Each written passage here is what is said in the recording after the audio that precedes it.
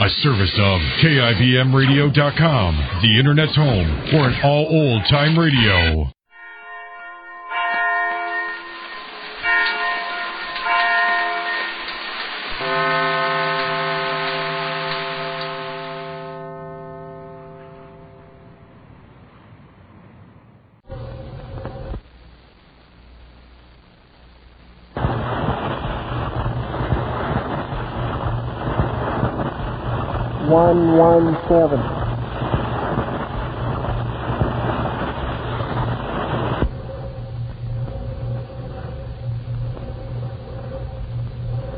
The Life of Mary Sothern, the human story of one woman's love and how it affected her life and the lives of those she loved. Mary Sothern is brought to you each weekday at this time by the makers of Ipana toothpaste.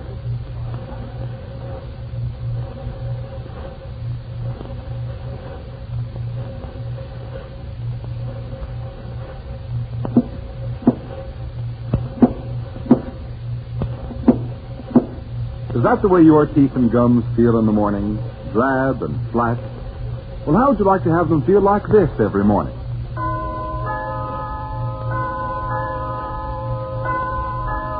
That's better. That cheery, fresh, good morning feeling in your mouth. And how do you get it? Well, that's easy.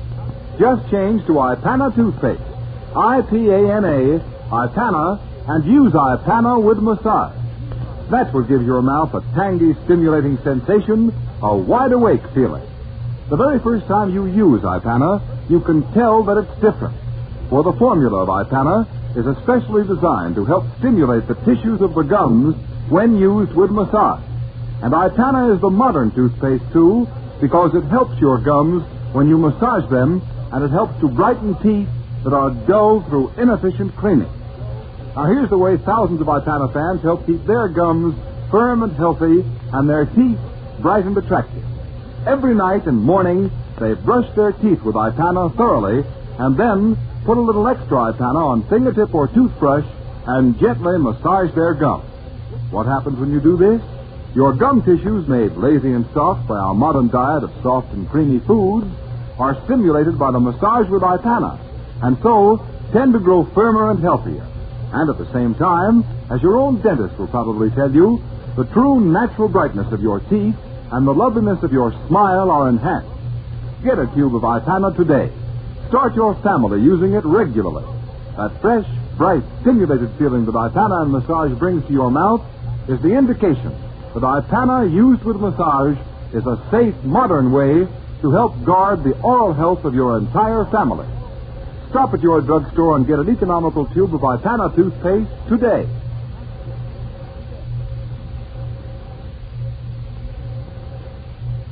And now, the life of Mary Sothern.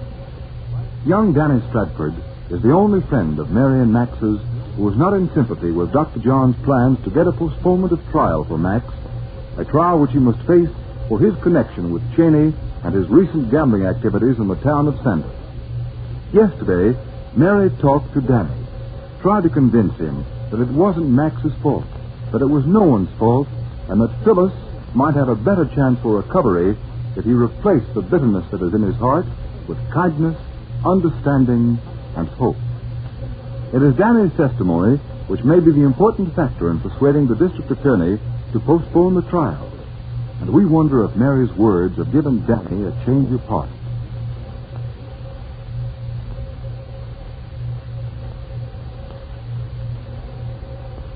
It is the following morning.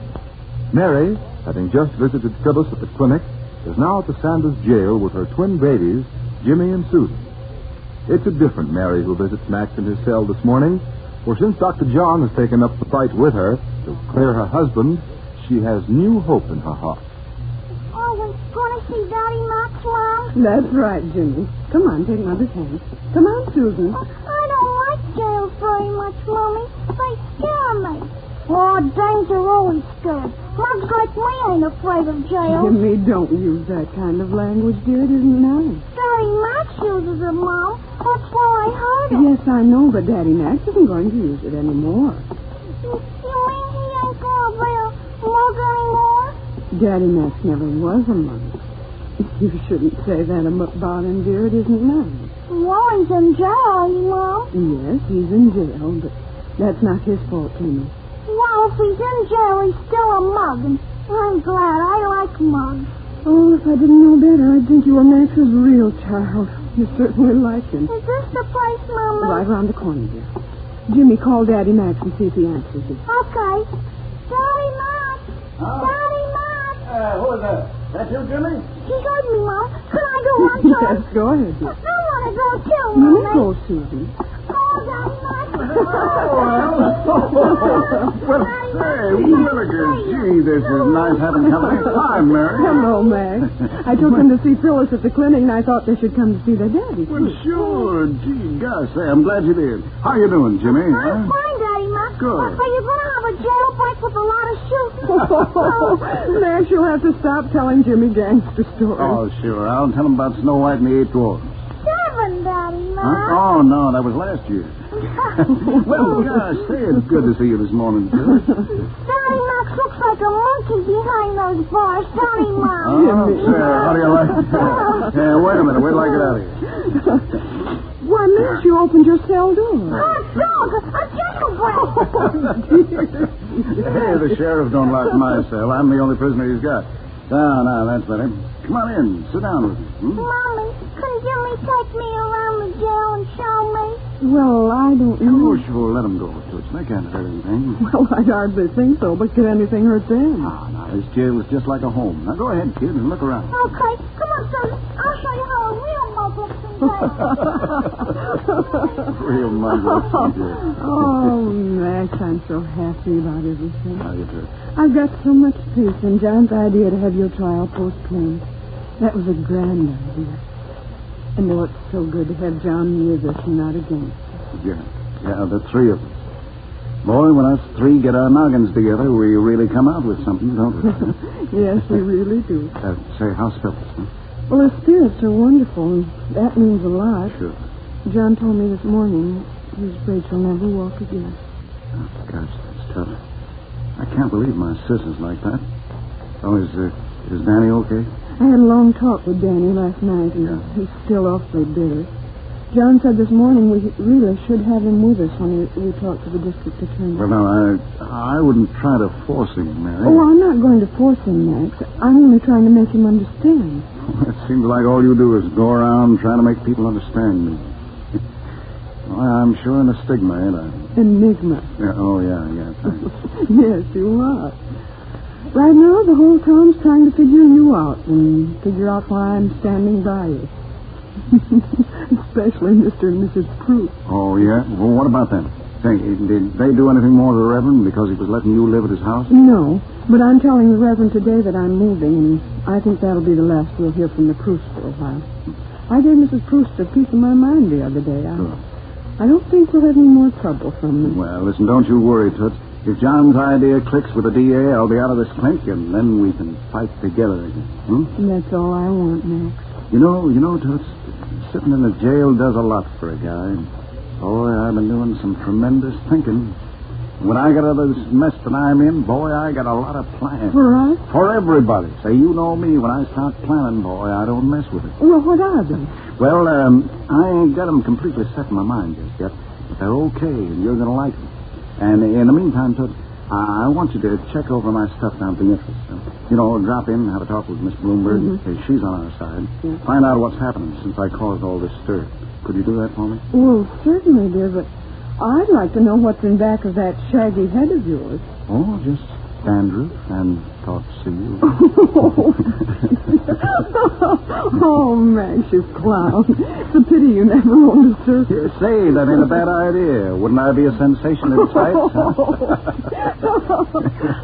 boy. Oh, it's wonderful to hear you laughing and joking again. Yeah, I'm me again. I don't know who I was for the past 2 months, but I sure wasn't me, was it? It was one of those inner persons you have, remember? Every time you do something wrong, you blame it on your inner person. Yeah, but right now, me, you understand? Me wants to kiss you. And not any of those inner persons. You get me? Oh, darling. You think that was one of my inner persons, too? No, darling, that was all you. Oh, Max. Max! Hey, what the... Hey! Oh, that little imp. What do you know? And your cell door. Well, now, how do you like that? We're locked in. I guess I better take them home, Max. Are we really locked in? Oh, no. Well, is there anything particular you want me to ask Miss Bloomberg for? No, just ask her if there's anything fishy going on in the stuffed shirt department, huh? Well, will she know what I'm talking about? Oh, sure. That's a parochialism me and Miss Blumenstein always use. Colloquialism is the word, Oh, Max. yes, sure. And her name is Bloomberg. Oh, sure. Thanks. You know, I know so many big words and I get them mixed up, don't I? You certainly do. I'll learn someday. And you might be too old to appreciate it, Toot, but I'll learn. And in the meantime, if you don't mind, Mr. Sanders, I'll take you just as you are.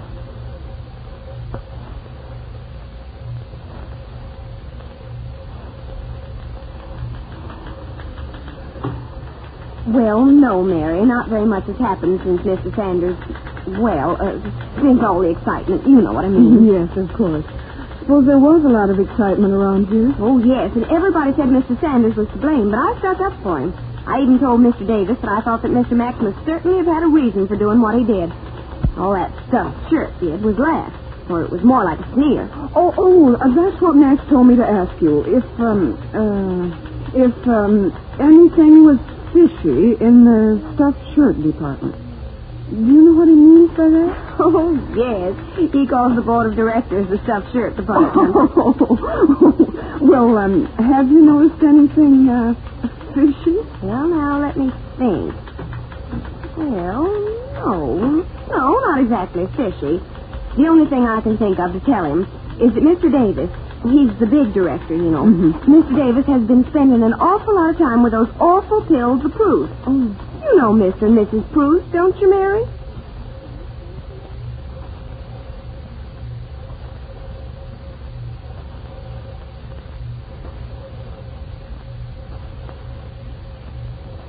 Does Mary Sothern know Mr. and Mrs. Proust? Well, I should say she does. And I wonder what particular significance Mary will attach to the fact that the Sanders Interest's second biggest stockholder is seeing a lot of Mary and Max's deadliest enemies, the Prousts.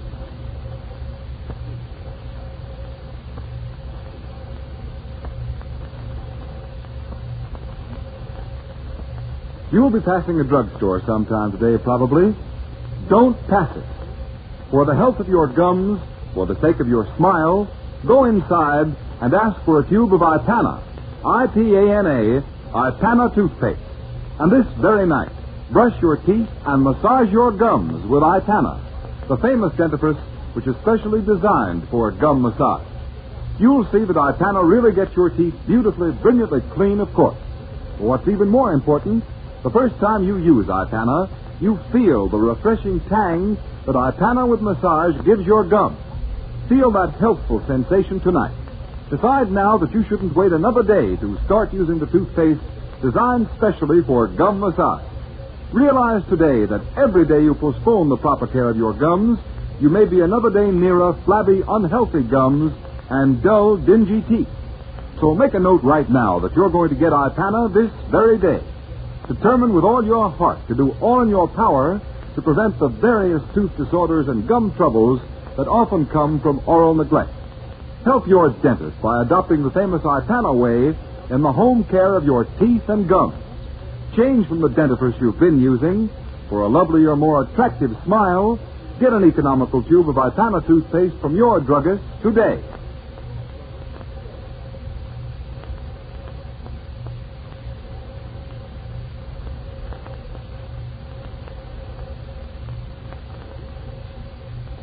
Don't miss what happens in tomorrow's episode of Mary Sothern. Mary learns the real reason for Mr. Davis's sudden attention to the wealthy and socially minded Proust. And Dr. John Benson makes final preparations with Mary to free Max of the trouble he's now in. Tomorrow, then, for radio's most fascinating serial story, The Life of Mary Sothern.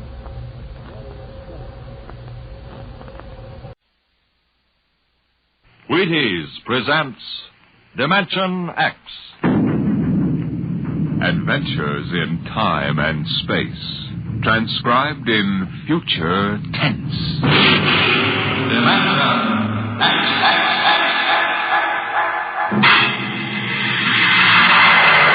On stage tonight, Dimension X, another in the Wheaties' big parade of exciting half-hour presentations. Just about the time you're getting up tomorrow morning, you know what's happened? You've been without food for so long that you gotta get more if you're going to get your work done. That's why first you need your Wheaties. Sure, Wheaties. Because when you dip into those golden flakes, you're getting real whole wheat. Yup, every single Wheaties is a kernel of wheat. And you know what that means?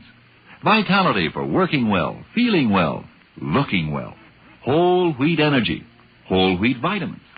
All the goodness of plump whole wheat in crisp little flakes that are mighty nice to meet any morning of the week. So be good to yourself. Tuck into the Wheaties at 7 a.m. and see if you don't feel the difference. Have yourself breakfast of champions and see how Wheaties at 7 can help at 11. Come on now, try them.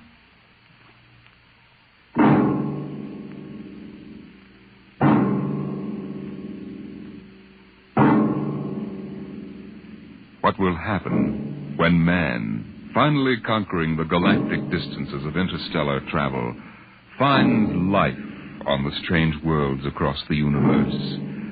Will he discover civilizations of incredibly advanced scientific knowledge, or primitive cultures deep in a stone age of savagery? Here is a story of the relation between men of our world and beings from beyond the stars. On the desk stood a yellow bowl, the profile a simple curve, clean and sharp.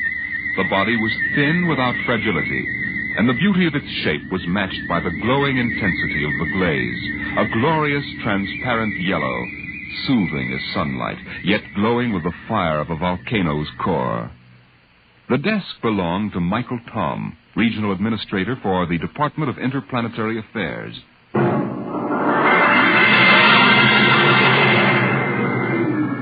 That bowl? Why, it's a souvenir. I got it many years ago on the planet Frisk. I'd been out on the Channel Planet in the Frontier Service for 19 months. When my transfer came through to Frisk, I was surprised to see that I'd been promoted 3 grades, and my orders read to report to the regional office as assistant resident. My ship came in at Pinole Spaceport, and I was met by the office car and chauffeur.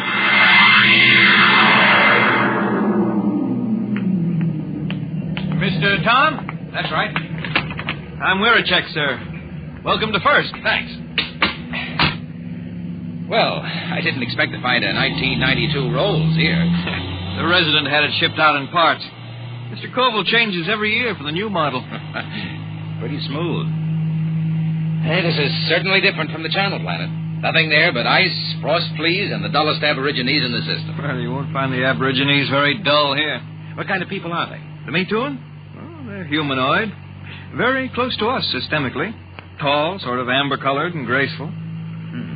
Oh, is that one, the girl balancing the bowl on her head? Yeah, she's a Metuan. Uh-huh. There isn't a very big human population at first. Well. Looks like Mike Tom has found a home in the service. You haven't met Mr. Koval yet, have you? What do you mean by that? Oh, nothing, sir, nothing. Look, Wirachek, if there's anything wrong, you'd better tell me. Well, there's nothing, sir. Nothing you won't find out. It's just that Mr. Koval is a very forceful personality. Very forceful.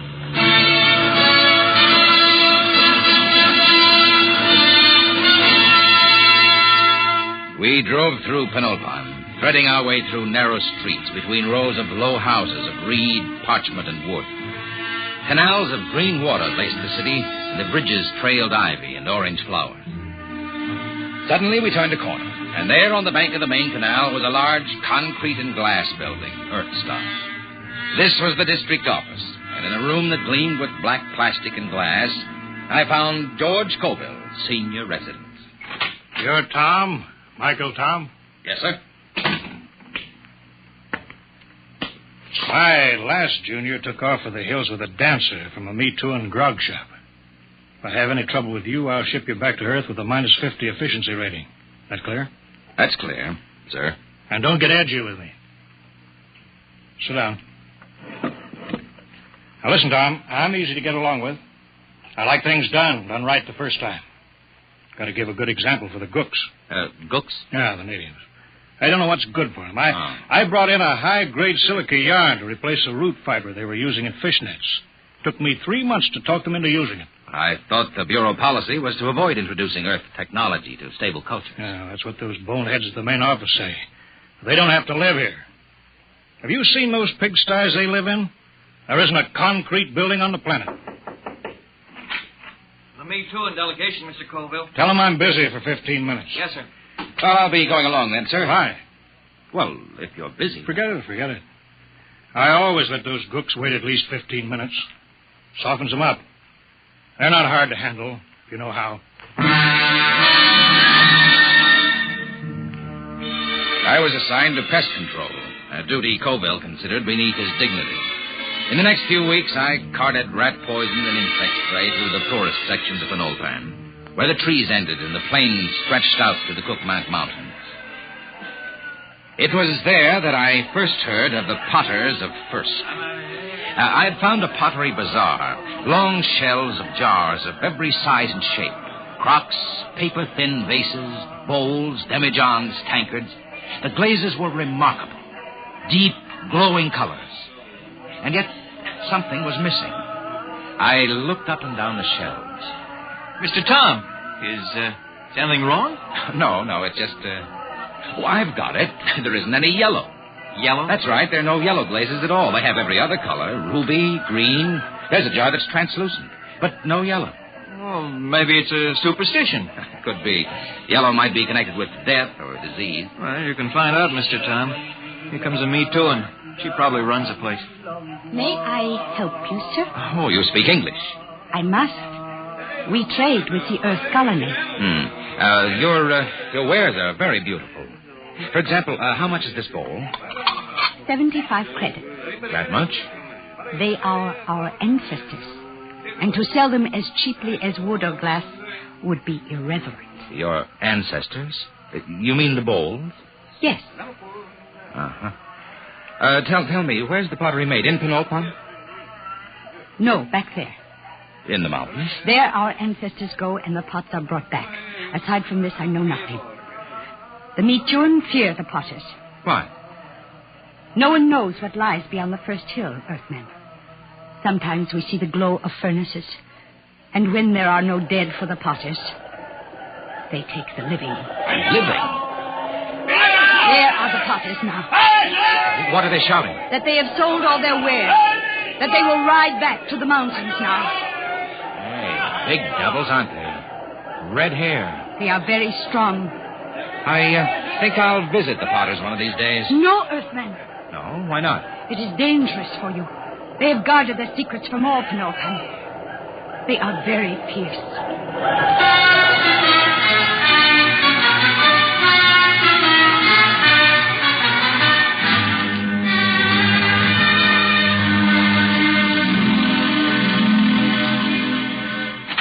Tom, where the devil you been? I told you to get the estimates for that power plant. I put them on your desk, sir. Oh, yeah. Yeah, so you did. Say, what do you know about the potters back in the Cookmanks, Mr. Colville? Huh? Oh, they're a tribe of bandits or something. Why? I was at the bazaar today. A girl called the vases ancestors. It seems strange. Ancestor? Well, it probably has something to do with religious death rites. They take away the dead bodies and cremate them for a fee or trade goods. The girl said that when they don't get the dead, sometimes they take the living. What? Well, so that's it. What, sir? Raiding. About every month or so, a couple of Me Too and turn up missing. The whole city clams up like tongue-tied parrots. For 2 years, I've been trying to track it down. Tom, these potters must be behind it. Raiding, huh? Well, we'll see about that. No, we don't know anything definite. Well, we will. Get Weircheck to roll out the copter. We're flying out to those mountains. I'll put a stop to this if I have to blow them clean off the planet.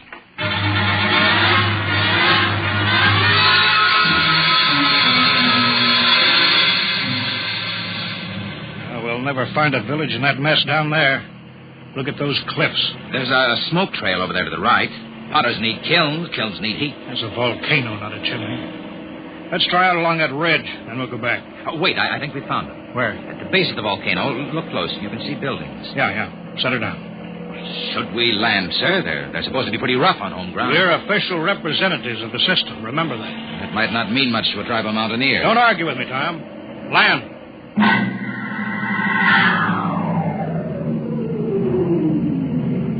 Get your pistol ready. I don't see anybody. The village is deserted. They're hiding. It's the Potters, all right. There's a heap of old broken jars. But I don't see the kiln. We'll stay here till something moves. What's that?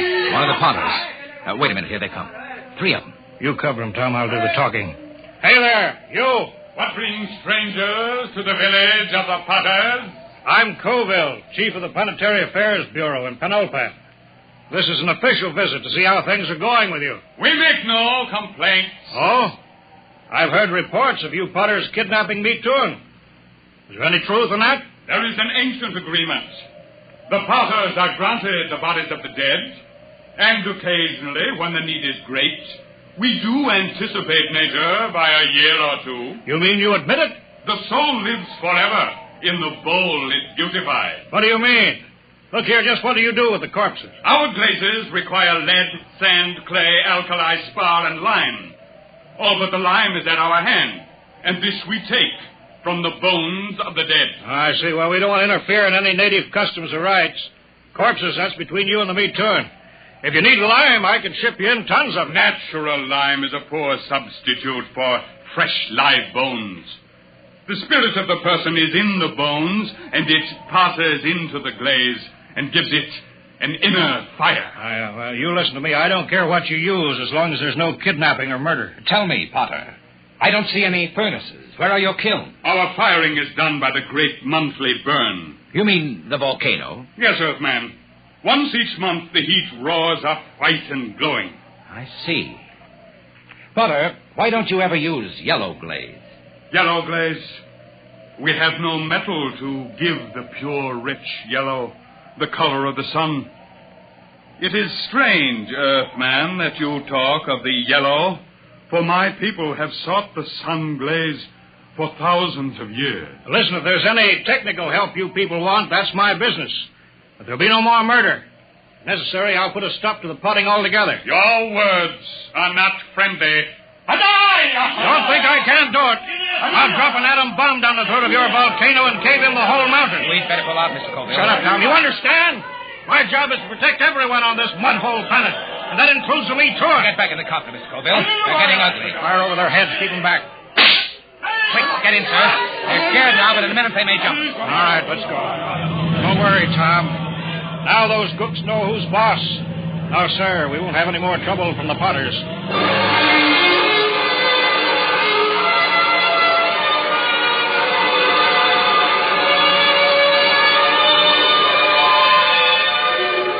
Colville kept me pretty busy the next few weeks, but I got to spending a good deal of time at the pottery bazaar with the girl.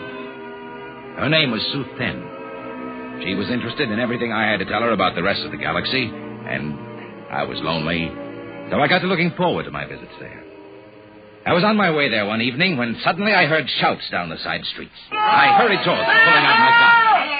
And then I heard the deep cry of the giant potters and the crack of hooves on the cobbled streets. Suddenly, a group of riders burst around a corner and charged down on me.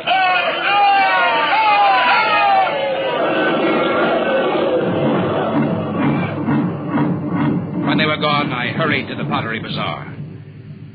Sothern was gone. Earthman! She is not here. They took her. The Potters? She has gone to her ancestors. Did they kill her? No, they have taken her to the hills. But soon she will live forever, her spirit wrapped in the glorious glaze. Sothern. There is nothing to be done. When the Potters take you, it is the end.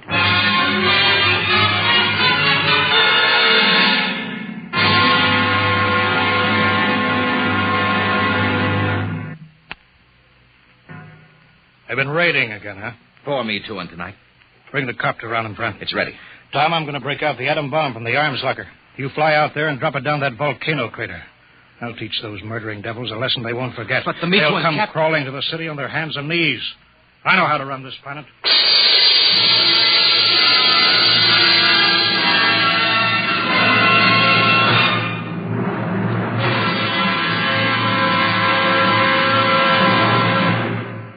Dimension X will continue in just a moment. Friends, this is Frank Martin, the Wheaties man, and I want you to know an associate of mine, Ed Prentice. Okay, Ed. Folks, I'd like to have you meet a good friend of mine and a prominent member of a fine little organization known as the Chicago White Sox, Mr. Lucius Benjamin Appling. Ooh, Ed, don't say it like that. Whoever heard of a ball player named Lucius? What if I went around calling you Paul Edward Prentice? Let's just make it Ed and Luke, huh? All right, Luke.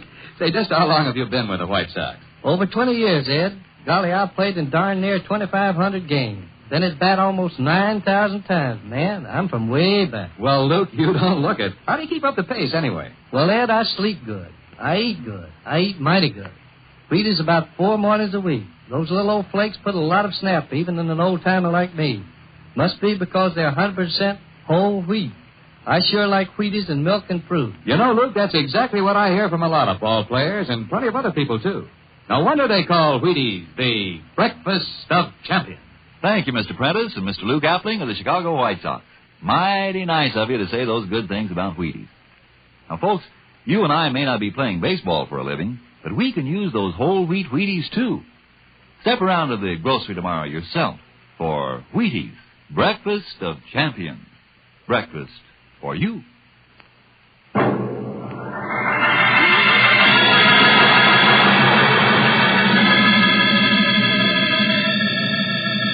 There's the village window, Jake. Swing over it. Shall I pull the safety on the bomb? No, hold it. But Mr. Colville said I know what he said. They got a girl down there, and I'm going to get her out alive. And I'm going to start by trying to talk with that 7-foot red-headed Potter. All right, where to check? Set her down right in the middle of Main Street.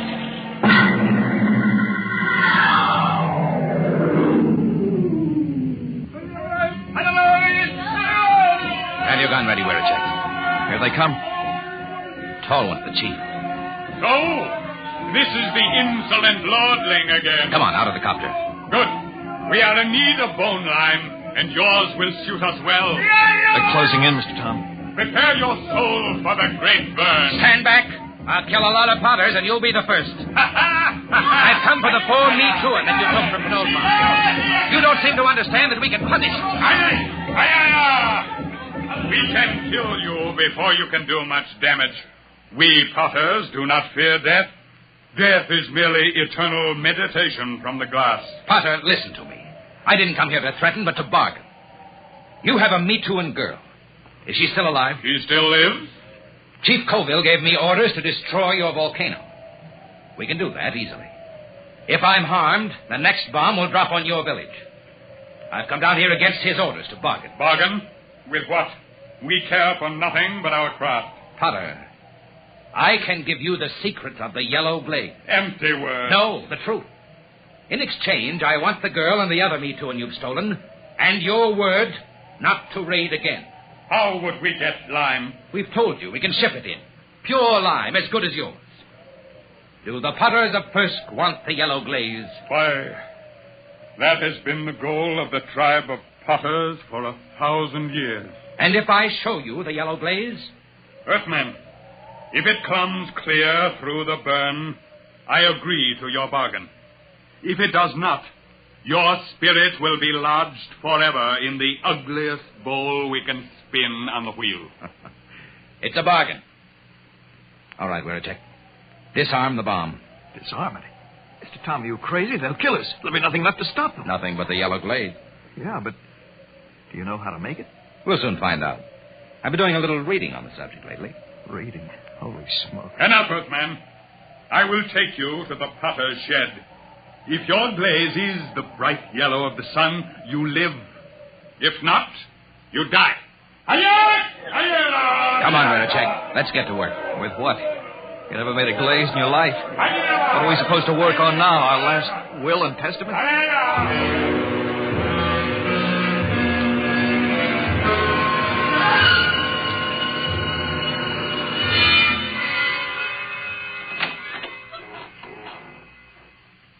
Who's that? Susan.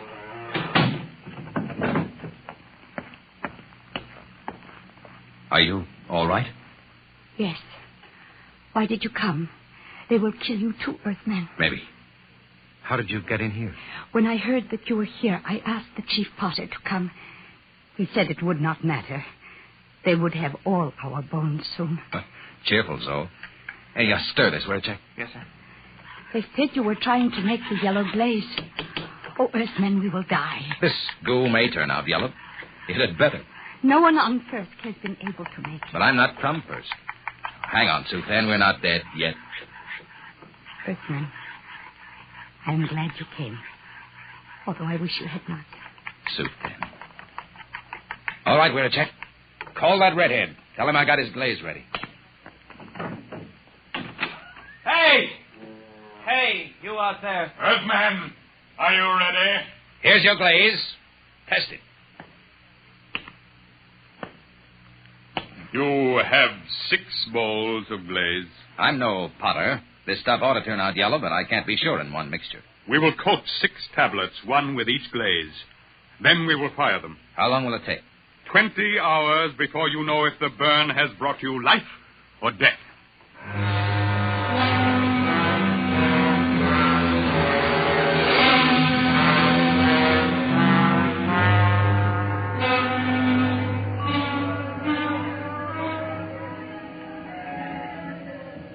How long can they keep that up?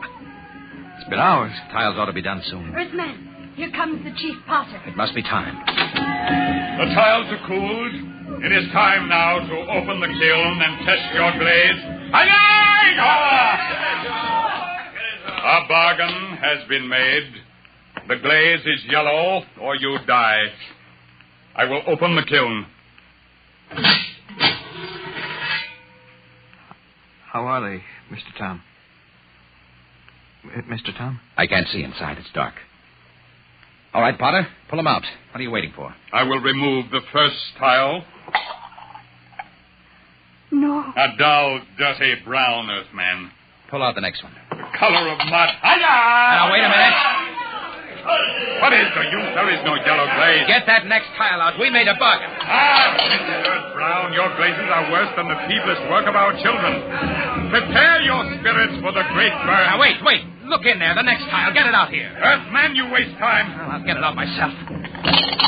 There, look at it. Yellow. Bright, shining yellow. There it is. The yellow glaze.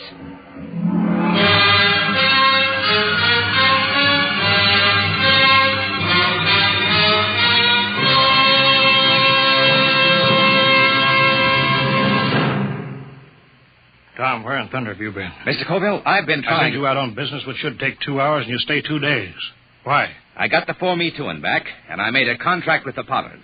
No more raiding. You what? I made a deal with them, and it turned out to be a better idea than yours. You disobeyed. You deliberately... Tom, you're through here. Through with planetary affairs. Listen, Mr. If a man can't be trusted to carry out orders, he's not worth a lead nickel to the Bureau. Get your gear together. Leave on the next ship out. Yes, sir. Wait.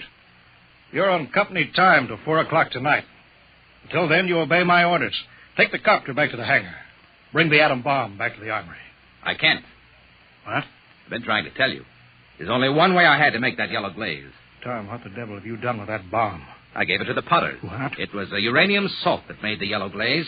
The Potters didn't have any, so I gave them the uranium out of the bomb. That was part of the bargain. What? You gave that murdering tribe of gooks that uranium? You heard me. And if you think you could have used it better by blasting them out of that mountain, you're crazy. Why, you abysmal, blasted imbecile. That's the only bomb we had. Those Potters could tear Penolpan off the face of the planet. If you want that uranium, Colville, you can go out and get it. And if I'm fired, I'm through now. Why, you fresh smut, you yellow-livered louse. If you ask me, I'd say it'd be dangerous business trying to get that uranium back now. Where's Jack? Where's Jack? Yes, Mr. Colville. Yes, sir. Get the copter fueled. Give me a double holster and a full bandolier of ammunition. Yes, sir. Tom, when I get back, I'll see that you rot in the deepest cell in the Gallatin Tower. I'm going out now to those hills. I'm going to bring in that uranium myself.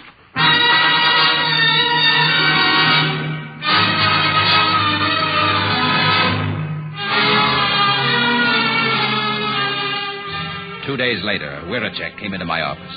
His face was pale, his hands shook with excitement. He's here, Mr. Tom. He's here. Colville? No, the Chief Potter. The Potter. Bring him in. Should I call the guard? Just bring him in.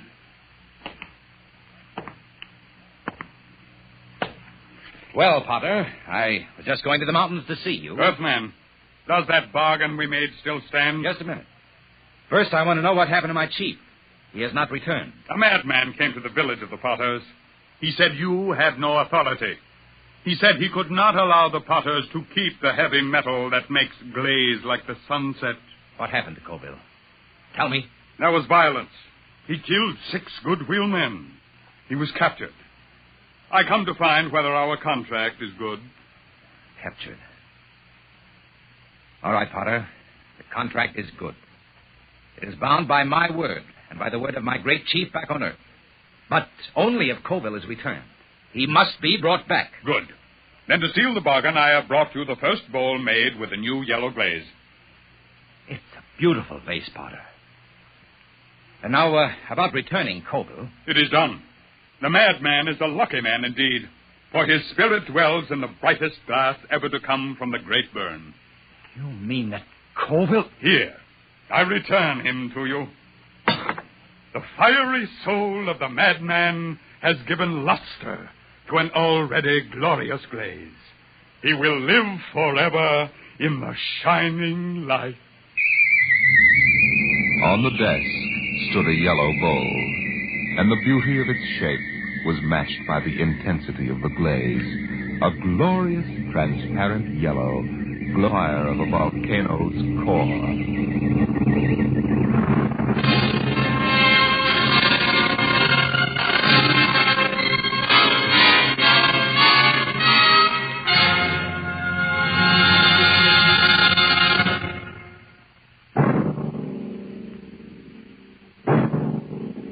Tonight, Dimension X has transcribed The Potters of Frisk, written by Jack Vance and adapted for radio by Ernest Kenoy.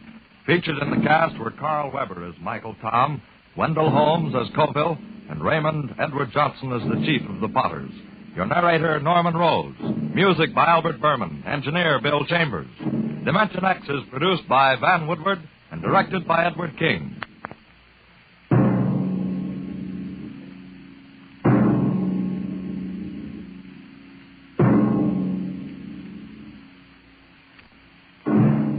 Tomorrow, hear Sam Spade. Now, it's Truth or Consequences on NBC.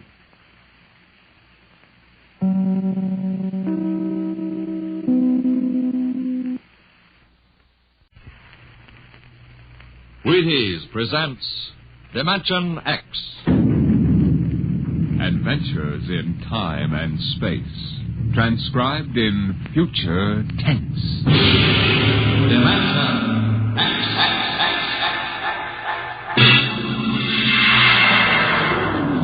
On stage tonight, Dimension X, another in the Wheaties' big parade of exciting half-hour presentations.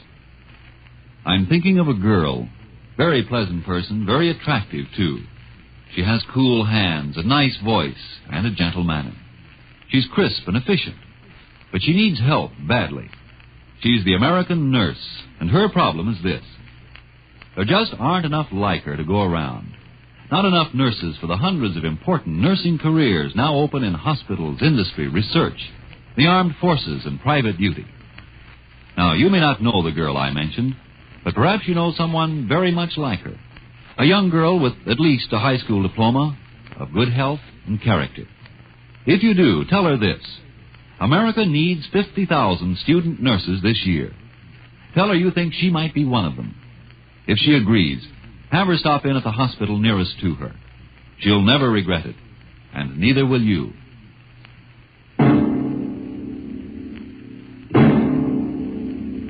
Now, tonight's adventure into the world of the unknown, the world of Dimension X.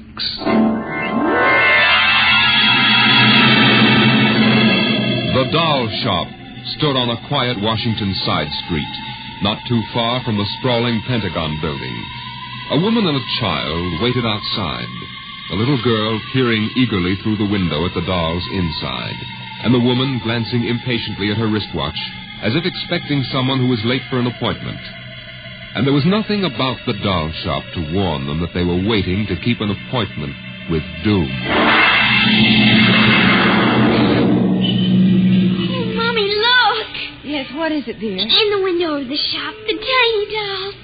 Oh, Mommy, do you think Daddy will buy me one? Well, we'll ask him when he comes, dear. He said 3 o'clock on this corner. I see him, Mommy. There he is. Oh, Henry, here we are. Hello, dear. Hi. Sorry I'm late. Well, we've been waiting for you. Cindy's been So I'm afraid I'll have to call off the shopping, Alma. Oh, Henry, we promised. Yes, I know. I'm sorry. It's just one of those things. You've been the wife of an army colonel long enough to know his life isn't his own.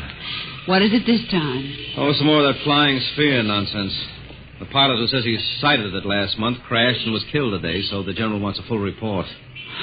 Dear, what next? Daddy. Well, I have a staff meeting at the Pentagon at 3:15. Daddy, look in this window. Oh, I haven't time, dear. Just for a minute, Daddy, please. Cindy, I haven't time to stop and watch a bunch of 6-inch dolls parading around in the shop. Say, they are lifelike, aren't they? Look at that, Alma. Dolls are marching around like a regular review. They've even got their own little band. Henry, your staff meeting. Oh, yeah. Yes, I've got to run. Now, look, don't go spending a lot of money on that nonsense, Alma. No, dear. Bye. Bye, dear. Bye, Cindy. Bye, Daddy. Oh, Mommy, look. Look, the band's going to play. Aren't they wonderful, honey? You know, it's funny. I must have stood on this corner 1,000 times, and I've never even noticed this shop before. Good evening, children. Oh, well, good evening. Mommy, he talks awful funny. Hush, Cindy. Would you like to step inside the shop of Santor Perigi? Well, yes, we would. This way.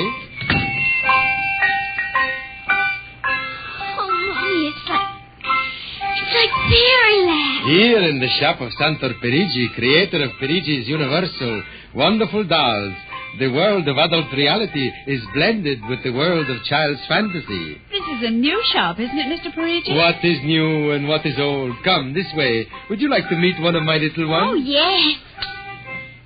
This one in the red jacket is Toto. Speak, little one. How do you do?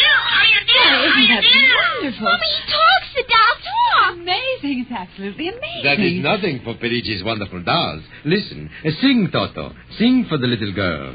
My name is Toto. Cindy, listen. Sing, Toto. Men are big and tall. Dolls are very small. When men begin to fall, the dolls will rule them all. Oh, Lord, how do they work, Mr. Perigis? How do they work? That is the secret of the great Perigi, greatest of all doll masters. To make an ordinary doll is nothing. To make a perfect replica, that is something. But to make a doll with intelligence, that is the work of an artist, huh? Well, yes. Well, they must be very expensive. Madame, when I construct a doll like Toto, I cannot bear to be parted from him permanently. So instead of selling, I rent my little people. You rent dolls? Precisely. $10. I have but one request. When you grow tired of my dolls, you must return to me in good condition. Oh, Mommy, could we take him home? Take him home. Take him home. Take him home. Oh, look, Mommy, look. He's bowing and dancing. Oh, Mommy, he wants to come. Please, I'll take such good care of it, please. Well, honey, we'll have to deal with your father later, but... Well... Oh, Mommy! All right, wrap him up, Mr. Perigi. Oh, dear, I have a feeling when your father comes home, we'll be sorry. Be sorry, be sorry, be sorry, be sorry.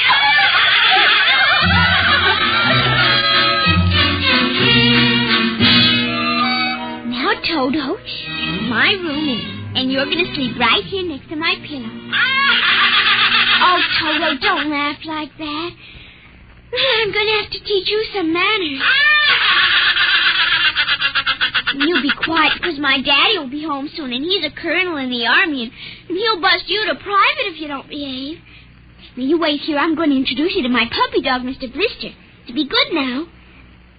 Here, Blister. Here, Blister. Come on, Blister. Come here. Mr. Blister, now this is Toto. Oh, Kira, I don't think Mr. Blister likes you too. Stop it, Mr. Blister. Come over here and shake hands with Toto, Mr. Blister. Come on now. Let go! Let go! Let go! Cindy, Mr. Blister, come over here. Why, what happened, dear? Mr. Blister tried to bite my doll. Look how frightened Toto is. Dolls don't get frightened, Cindy. But he is, Mommy. He screamed. You just imagined it, honey. But he did. He did. it. Well, Mr. Blister didn't mean it. You know he's the gentlest little pup alive. Yes, he's nasty and I hate him. Cindy, you hurt his feelings. He tried to buy my new doll, and I don't ever want to see him again, ever. Oh, dear. All right, Mr. Blister, you come downstairs with me. Come on now. Cindy's angry at you tonight. I'll kill him. Why, Cindy, where did you hear a thing like that? Toto said it. Well, I see. Well, you've had an exciting day, honey. You brush your teeth now and go to bed. Daddy's coming home late, so we'll see you in the morning. Hmm? Good night, darling. Sleep well. I hate him, Mr. Toto. I hate him.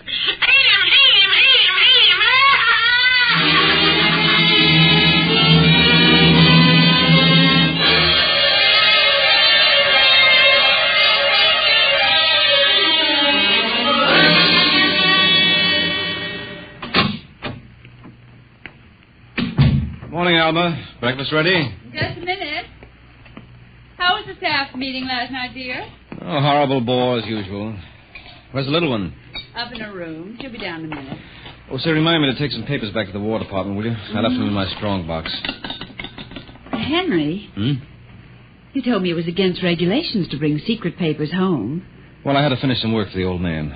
Nobody will ever know the difference. Well, suppose not. Oh, dear, would you feed the puppy before we sit down? His bowl's under the sink. Where is he? That's funny. Here's his supper from last night, only half eaten. Getting fussy. Blister? Here, Blister. Blister! Where the dickens is that mutt? Maybe he's on the back porch. Maybe. Here, Blister. Here, Blister. Alma. What is it, dear? Alma, look. Henry. Is he... Yes, he's dead. But how? What happened? Well, from the looks of it, he might have been poisoned. Poisoned? Who on earth would do a thing like that to an innocent little pup? I don't know. Let's see his dish. Oh, Henry. I don't understand this at all. Say, what's this? What's what? Well, look, there are pieces of broken glass in his food. Blue glass. Glass? Glass. Henry. Huh? Well, I just remembered something. What? It may just be coincidence, but in the bathroom this morning... What about the bathroom? Cindy's blue glass, you know, the one with the Mickey Mouse on it. Mm-hmm. It was broken, Henry. I found pieces in the wastebasket. I meant to ask her about it. Oh, Alma, for heaven's sake, you aren't suggesting that our little girl... Why, she loved Blister more than anyone. Not last night, she didn't. Why not? Well, he went after Toto. Well, who's Toto? Oh, her new doll. You bought her one of those dolls? Well, I just rented it. Rented it? Yes. Look, Alma, No. Oh, well, all right. Well, what's this got to do with Blister? He went for the doll, and Cindy... Well, Cindy said... Henry, she said she'd kill him. What? Well, that's ridiculous. True. Good heavens, a 9-year-old child putting ground glass in dog food? She'd have to be a monster. Mommy. Now, don't say anything. I'll talk to her. Good morning, dear. Morning, Mommy. Morning. Daddy. Hello. What's the matter? Nothing, Cindy. Sit down, dear. Yes, sir. Cindy, your mother tells me you broke your blue drinking glass. Oh, no, I didn't break it. Now, Cindy... I didn't. Well, now, somebody broke it. It wasn't your mother, and it wasn't me. Well, then it must have been Toto. Cynthia. Cindy, you know Toto was only a doll. Now, a doll couldn't have broken your glass, could he? Well? But he must have done it, Daddy. Cindy, you know how Daddy feels about little girls who tell untruths. Now, did you break your glass and maybe accidentally get some pieces into Mr. Blister's dish to sort of punish him for biting your doll? Oh, no, Daddy. I'd hate to think you'd done something you knew was wrong and you were blaming it on the doll. What's the matter with Mr. Blister? Is he sick? He's dead, Cindy. Oh, no, he can't be dead. He isn't dead, Daddy. No, he isn't. He isn't. Mommy, Yes, dear. But he'll come back. He has to come back. No, he won't come back, honey. Not ever. No, Cindy, not ever. Now that we've told you, Cindy, do you want to change your mind about the glass? Let her alone. Daddy, You think I killed? See what you've done. The child feels guilty now, Henry. Oh, dear, this is no time for feelings to interfere. Feelings don't know any time. Honey. When they come, they just come. You go up to your room, honey. Daddy and I'll be up in just a minute. I don't want to. Please, Cindy. We'll be right up. Please? There, that's a good girl. And close the kitchen door behind you.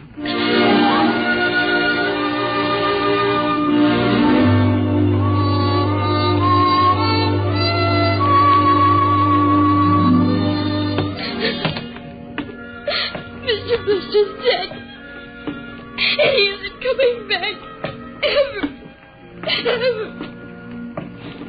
Daddy thinks it was me, but it was you. It was you!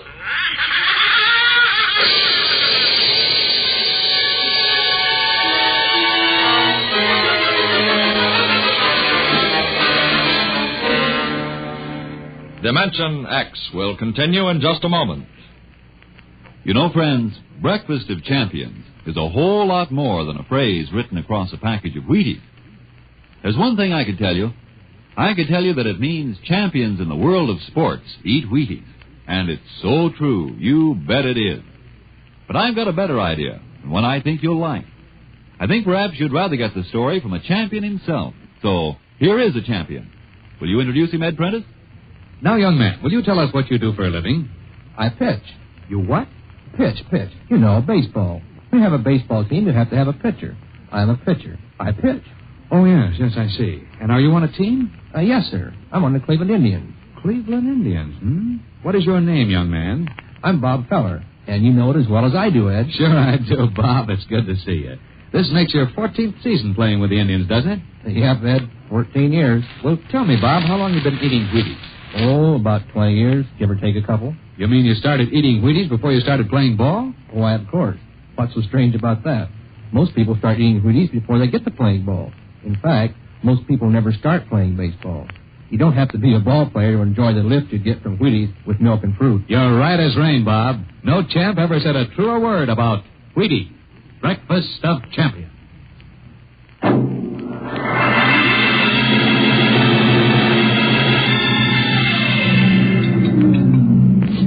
Eat your supper, dear.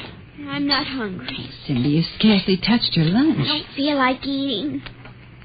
Is it Mr. Blister? Oh, Mama. Cindy, answer your mother. Now, Henry, she'll work it out in her own way, dear. Oh, I don't know. When I was a boy, there was such a thing as discipline. Where this child is being brought up... Henry. Well, it's true. There's no respect. Lying. Oh, I don't know. Alma, what's happened to us? We were a nice, peaceful, happy family until you bought that cursed doll. Now who's blaming things on the doll? Well, it's true. Henry. You wanted to get some papers from your strong box. What? Oh, yes, excuse me.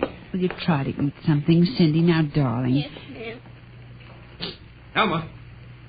Alma! Yes, Henry, what is it? Alma, it's gone. What's gone? The box, the strong box is gone. But it can't be. The door to your study's always locked, and you and I have the only key. I know all that, and I tell you it isn't there. Well, who would... I don't know, Alma. Those confidential reports, if they ever get into the wrong hands... Oh, I warned you about keeping them here. What if it ever came out in the open? Can't you see the papers? Army colonel, derelict in duty. Call the police, Henry. What, and throw my career in the wastebasket after 17 years? And we've got to find it ourselves. But it was there when I went in to clean this morning. Well, what about your key? Well, it's right here. I always keep it right with me. That's funny. Oh, no. But my other keys are all on the ring. You've lost it. I don't see how. Alma, how could you do it? Henry, please. Come on, we'll search the house. I can't think of anything else to do. Oh, dear, you're going to miss your staff meeting. Well, all right, never mind the meeting. My whole career goes up in smoke if we don't find those reports. Now, somebody get hold of your key and open that room. I know Cindy. Oh, let the child alone. She's been through enough. You know she wouldn't do a thing like that. I don't know anything anymore. I don't know my own child. I don't even know you. Henry. All I know is that strongbox is gone with papers that are dynamite if the wrong person gets them. The question being who? What's that? Coming from upstairs. What's that blasted doll again? Something must have set it off. I don't know how the mechanism works. Well, for heaven's sake, let's go up and shut it off. Right.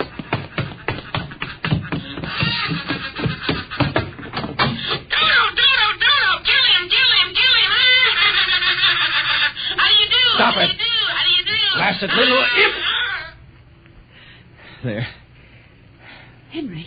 Ever since we've got this thing... Henry. What? Look. Where? What? Around the doll's neck. The key.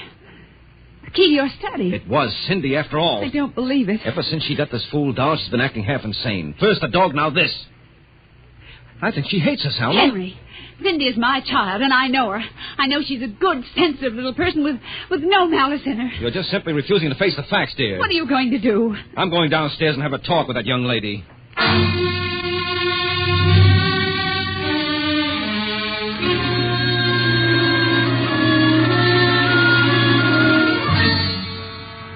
Cindy, you're not telling me the truth. Oh, yes, I am, Daddy. Now, all I'm asking is that you tell me the truth. Now, where is it? I didn't take it, Daddy. Honest, I didn't take it.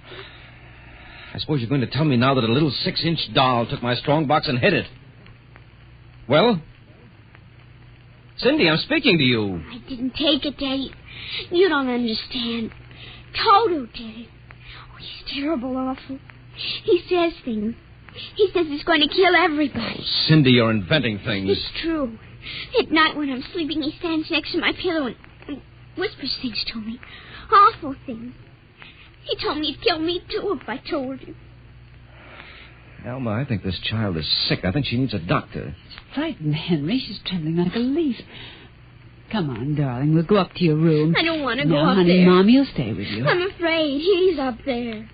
Who, Cindy? Toto. Well, he won't be up there for long. Mr. Toto is going right back to Perigis' wonderful doll shop before I lose my sanity, which means right now.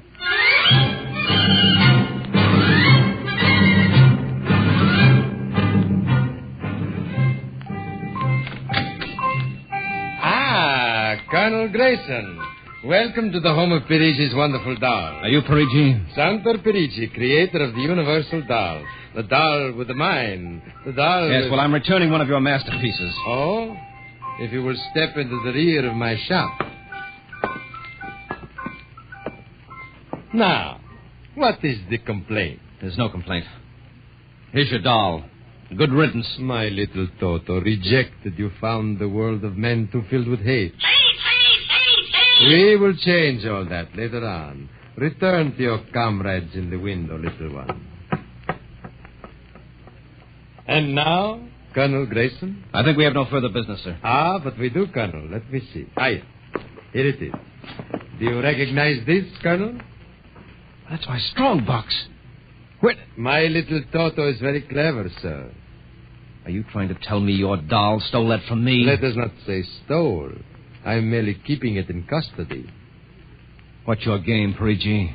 Blackmail. You give me what I want, I do not ruin your career. What do you want? Information. We already know something from the reports of the War Department concerning a certain strange-looking sphere reported by one of your pilots. What government do you represent? I represent Perigis' wonderful dolls, none other. I'm not so naive, sir. Perhaps I should explain. Each man hides something from the world. Each man loves something more than life. With the help of my wonderful dolls, I obtain personal information which enables me to control the men who control the world. Men like you. Hand over that strong box. I warn you, I have a gun. Give it to me. You are being foolish. Put down that walking stick. Now. No closer. Now.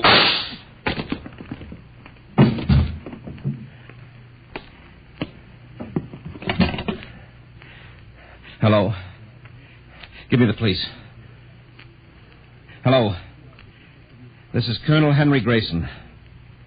I've just killed a man. Perigis' doll shop, corner of 4th and Lexington. The body is in the rear. I'll wait for you. Shut up. Shut up, you little fiend! Colonel Grayson! Did I hear you speak? Colonel Henry Grayson! Oh, it can't be. I must be going out of my mind. The 6-inch doll... Shut up! The master's dead! You are mistaken, Colonel. I, Toto, am the master. What do you mean? If you will examine the body of Santo Perigi, you will see that he does not bleed. And he does not bleed, Colonel, because Santo Perigi never lived. Never lived? Santo Perigi is a doll. A doll? But he's a man. He talks. He walks. The people of Minatrix are skillful doll Meretrix? Doll builders? Who are you? I am Xanthus Imperator, commander of the legions of the third planetoid, Meretrix. Legions? Planetoid? My people and I, whom you regard as dolls, come from a tiny planet beyond the moon. What? So small that it cannot support our population. That's true. We landed one of our space spheres on Earth 3 months ago with the intention of colonizing. Unfortunately, one of your pilots intercepted us. So that's why you wanted our information. Precisely. And you are human? Quite human. Of course, in order to deal with Earth people without suspicion, we were forced to construct Perigis, a man-sized doll. No, it can't be. I can't believe this. I'm having hallucinations. I've got to get out of here. That will be impossible. We have weapons of destruction quite unknown to Earth people. I phoned the police. I'll be here soon. By the time they arrive, my people will have prepared something quite shocking.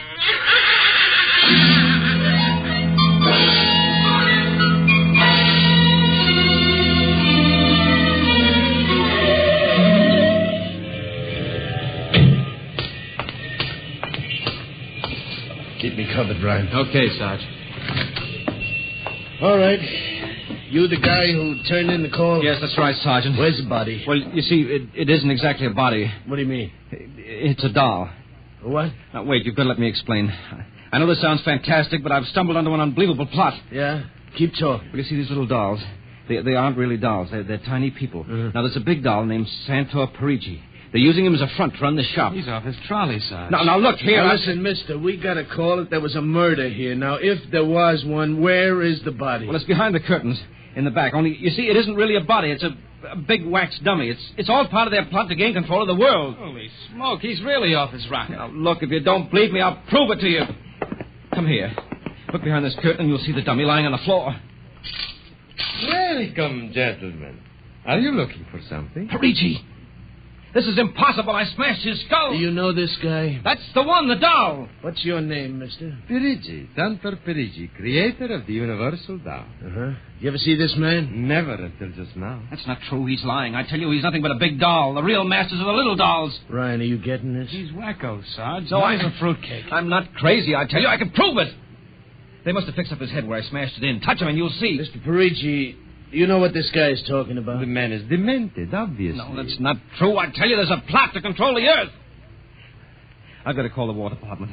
They want to know about the flying sphere. Holy mackerel, this gets worse every minute. Ryan. Take him to headquarters? No, save some time. Take him down to Psycho Ward. Okay, all right, Buck Rogers. Come along nice and quiet. No, don't you see? He's nothing but a man-sized doll. I'm sure the little ones are going to take over the Earth, and you'll go and wait and cut out some nice paper dolls. Oh, please, listen to me. You've got to listen to me. You've got to...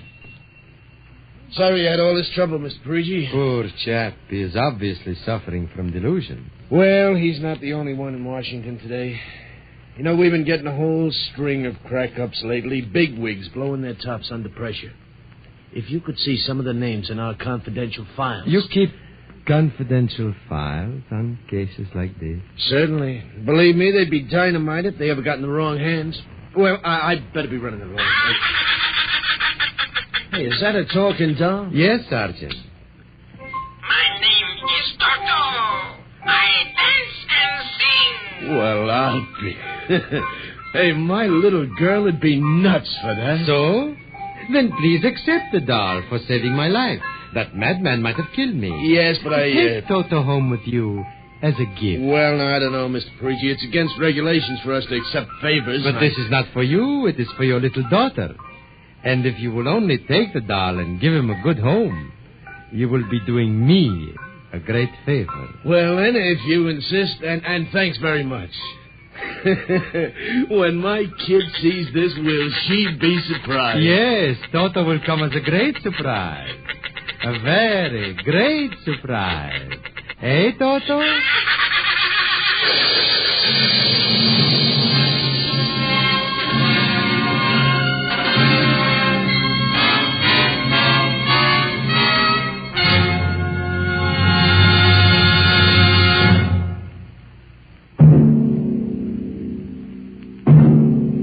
Tonight, Dimension X has transcribed Perigi's Wonderful Dolls, an original radio drama written by George Lefferts.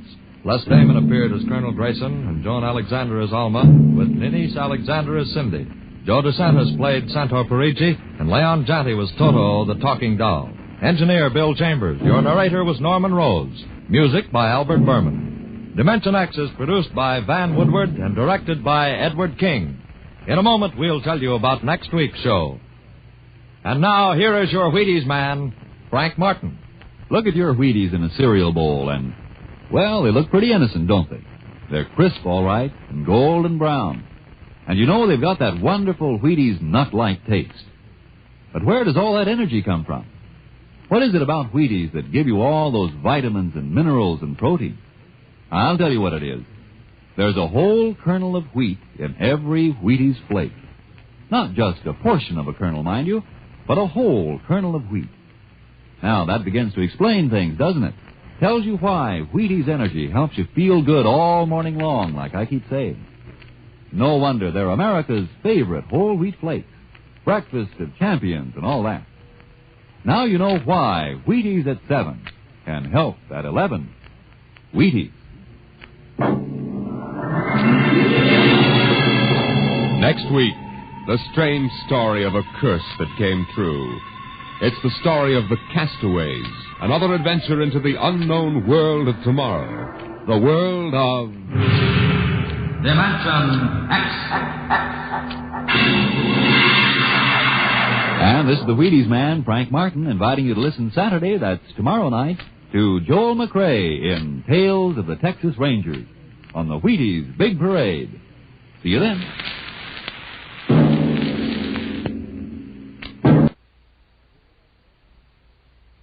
The last time we saw the Gregory party in Euclidia, that mysterious colony beneath the sea, we found our friends in happier circumstances than they have enjoyed for some time. Jerry and Joan went on a sightseeing tour of one of the mammoth natural caverns under the ocean, one of the giant rooms which have been used by the Euclideans to house their weird city. And there they saw strange sights. Not unique and terrifying scientific devices, but natural things. Pigs and chickens, green grass and tall trees. The most surprising things possible for this world beneath the water. Their pleasure lasts but a few moments, however, as G-47 takes Jerry away. Mrs. Gregory and Captain Bradford find Joan very worried. I do not like it, Mother. G-47 may harm Jerry. Oh, I think not, Joan. He promised we would all be quite safe so long as we remain quietly in Euclidia. You're right, Pat. We're in no danger unless we try to escape. We're not liable to try that 400 feet below the surface of the ocean. No, Joan, dear. And let's think about more pleasant things for a moment. You said you and Jerry saw the old skipper. He is caring for the chickens on the other side of that soundproof wall. Better not disturb him if he's busy. These Euclideans might not like that. I think that is the correct attitude, Captain. Then perhaps we can find our old yacht engineer, McLeod. He is attending the pigs. Attending the pigs? I bet the pigs would appreciate that if they could hear how nicely you worded, Joan. But never mind that. I'd like to see Mac for a minute, even if he is busy. I have no idea where the pigs are to be found. In what manner of place would pigs be likely to congregate? Oh, my dear. You'll never realize how much good you're doing us until you've lived for some time in our world. Pigs are not usually referred to as congregating, but I suppose that will do. I am sorry I do not have a larger acquaintance with pigs. Forget it, Joan. Let's walk around here a while and see what we can see. All this perfectly natural vegetating is amazing to me. A mighty good reason for it, if my opinion's any good. What is that, Captain? Do you remember when we visited the cloth mill up in the island where they make the Euclidean cloth from seaweed? To be sure. I conducted you to that room. Who could forget that place? Where the machines made such a frightful clatter you could hardly hear yourself think. That's what I'm getting at. When we stumbled into that room, we had been walking without making a sound, opening and closing doors without a sound, riding in noiseless elevators. Then all at once a terrific din struck our ears. It was all done for a good reason. Precisely, Captain Bedford. As you so promptly surmised at the time, those machines were deliberately made noisy to aid the Euclideans in retaining their normal sense of hearing. Well, I'm sorry to have been so stupid about this, but I'm finally getting the idea. All of this naturalness, cows, trees, noise when we walk, all of these things are kept here in their natural state so that the Euclideans will remember how to behave when their time comes to go out into our world. I am glad we will be allowed to see things as they are in your world. All of my life, until you came, was spent up in the island, and there everything was artificial. Even our food was strange in comparison to what I now know as normal food. I think this atmosphere is good for all of us, Joan. We can keep up our spirits a lot easier among things we understand. Yeah, that's all right, but let's not forget that these Euclideans are just as dangerous and just as watchful in this weird undersea city as they were on the island. I would like very much to explore some of the other large caverns. The others? Are there others, Joan? Yes, the submarine commander explained to Jerry and me that this is only one of 13 such chambers. Do you know what is in those other caves? No, Mother. Let's go and find out. I would enjoy that, but I do not want to leave Jerry here. We're certainly not getting anywhere this way. Don't be too sure of that. We're on one of those noiseless steel runways now. So we are, and I believe it leads upward. Well, let's take a chance and go up on it. Perhaps we can come out on that balcony again. And this time we'll watch everything that's to be seen and plan our tour.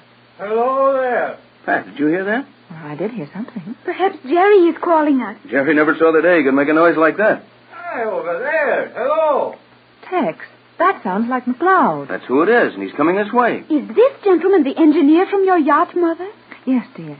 And poor Mac has been down here ever since we first found the island, I suppose. Aye, there you be, Mrs. Gregory, and Captain Bradford. Hello, Mac. Oh, I'm glad to see that you're alive and well, Mac. How do you do? Aye, and how do you do, my lassie? You're as beautiful as your mother, and heretofore I had no thought that possible. Well, thank you, Mac. I see you're diplomatic as ever. More so, Mrs. Gregory. I've got a bit of a job here now that requires no little diplomacy. I thought you had something to do with pigs now, Mac. Pigs they are, and a fine task it is to handle them. But even so, it's no on the easy side compared to marine motors. What did I tell you about the old skipper, Mother? Now you can see that Mr. McLeod likes his pigs better than he did your yacht. Why, Mac, that's treason. If that good treason, make the most of it. I never want to leave this place again. Mac, you're not serious about this thing. You wouldn't actually stay here through choice. I would that, aye. Everything is perfect here. Even the sunlight is regulated properly, so my pigs get a right amount of it every day. I was trying to explain that to Jerry. Sunlight? What do you mean, Mac? Aye, the artificial sunlight we use here in the domestic animal sector. Ultraviolet light is something like it, but this is better. Well, how is it different and better? I cannot explain it to you, Captain. But G47 will if you ask him. And now I must get along to my pigs. Well, hold on a minute, Mac. I have some questions to ask you. I'm sorry, but the question will have to wait. I must see about my pigs. Well, Tex, what do you think of that? I don't understand it, Pat. And I don't like it. McLeod was one of the best marine engineers who ever held a ticket for all engines and all oceans. And he loved the sea and an outdoor life more than any man I've ever known. Yet he seems content to stay here with the Euclidean pigs. That's the very thing I'm so afraid of. The thing I've tried to warn you against all along. It's so easy to find things attractive in this sort of life. Yet we know it's wrong. The whole purpose of this hidden colony is wrong. And we must keep ourselves from liking it, no matter what we have to do. I do not understand you, Mother.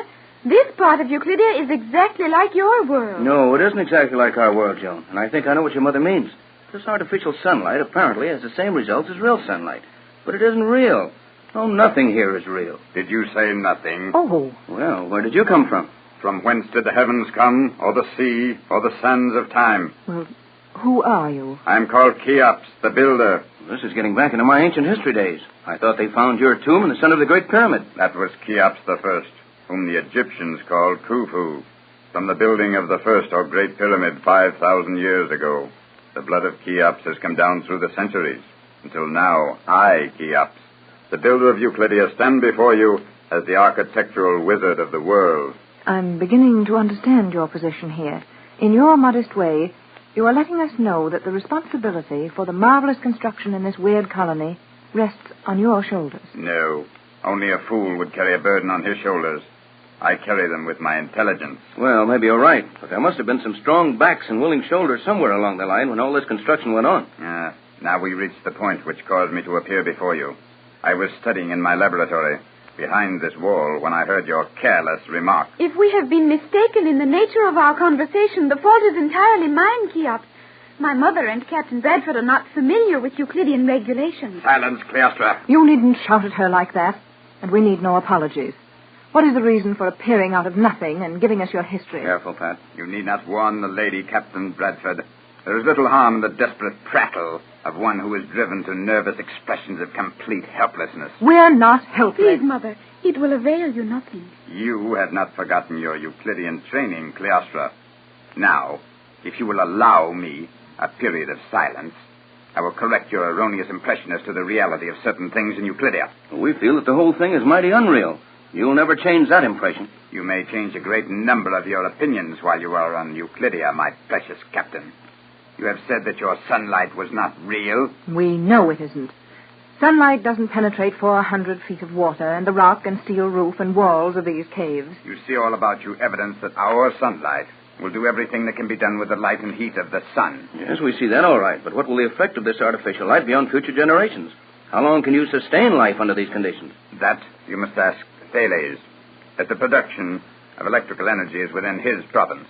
However, for your immediate information, Thales has established the fact that this light in which you now stand will prolong the span of human life to well over a century.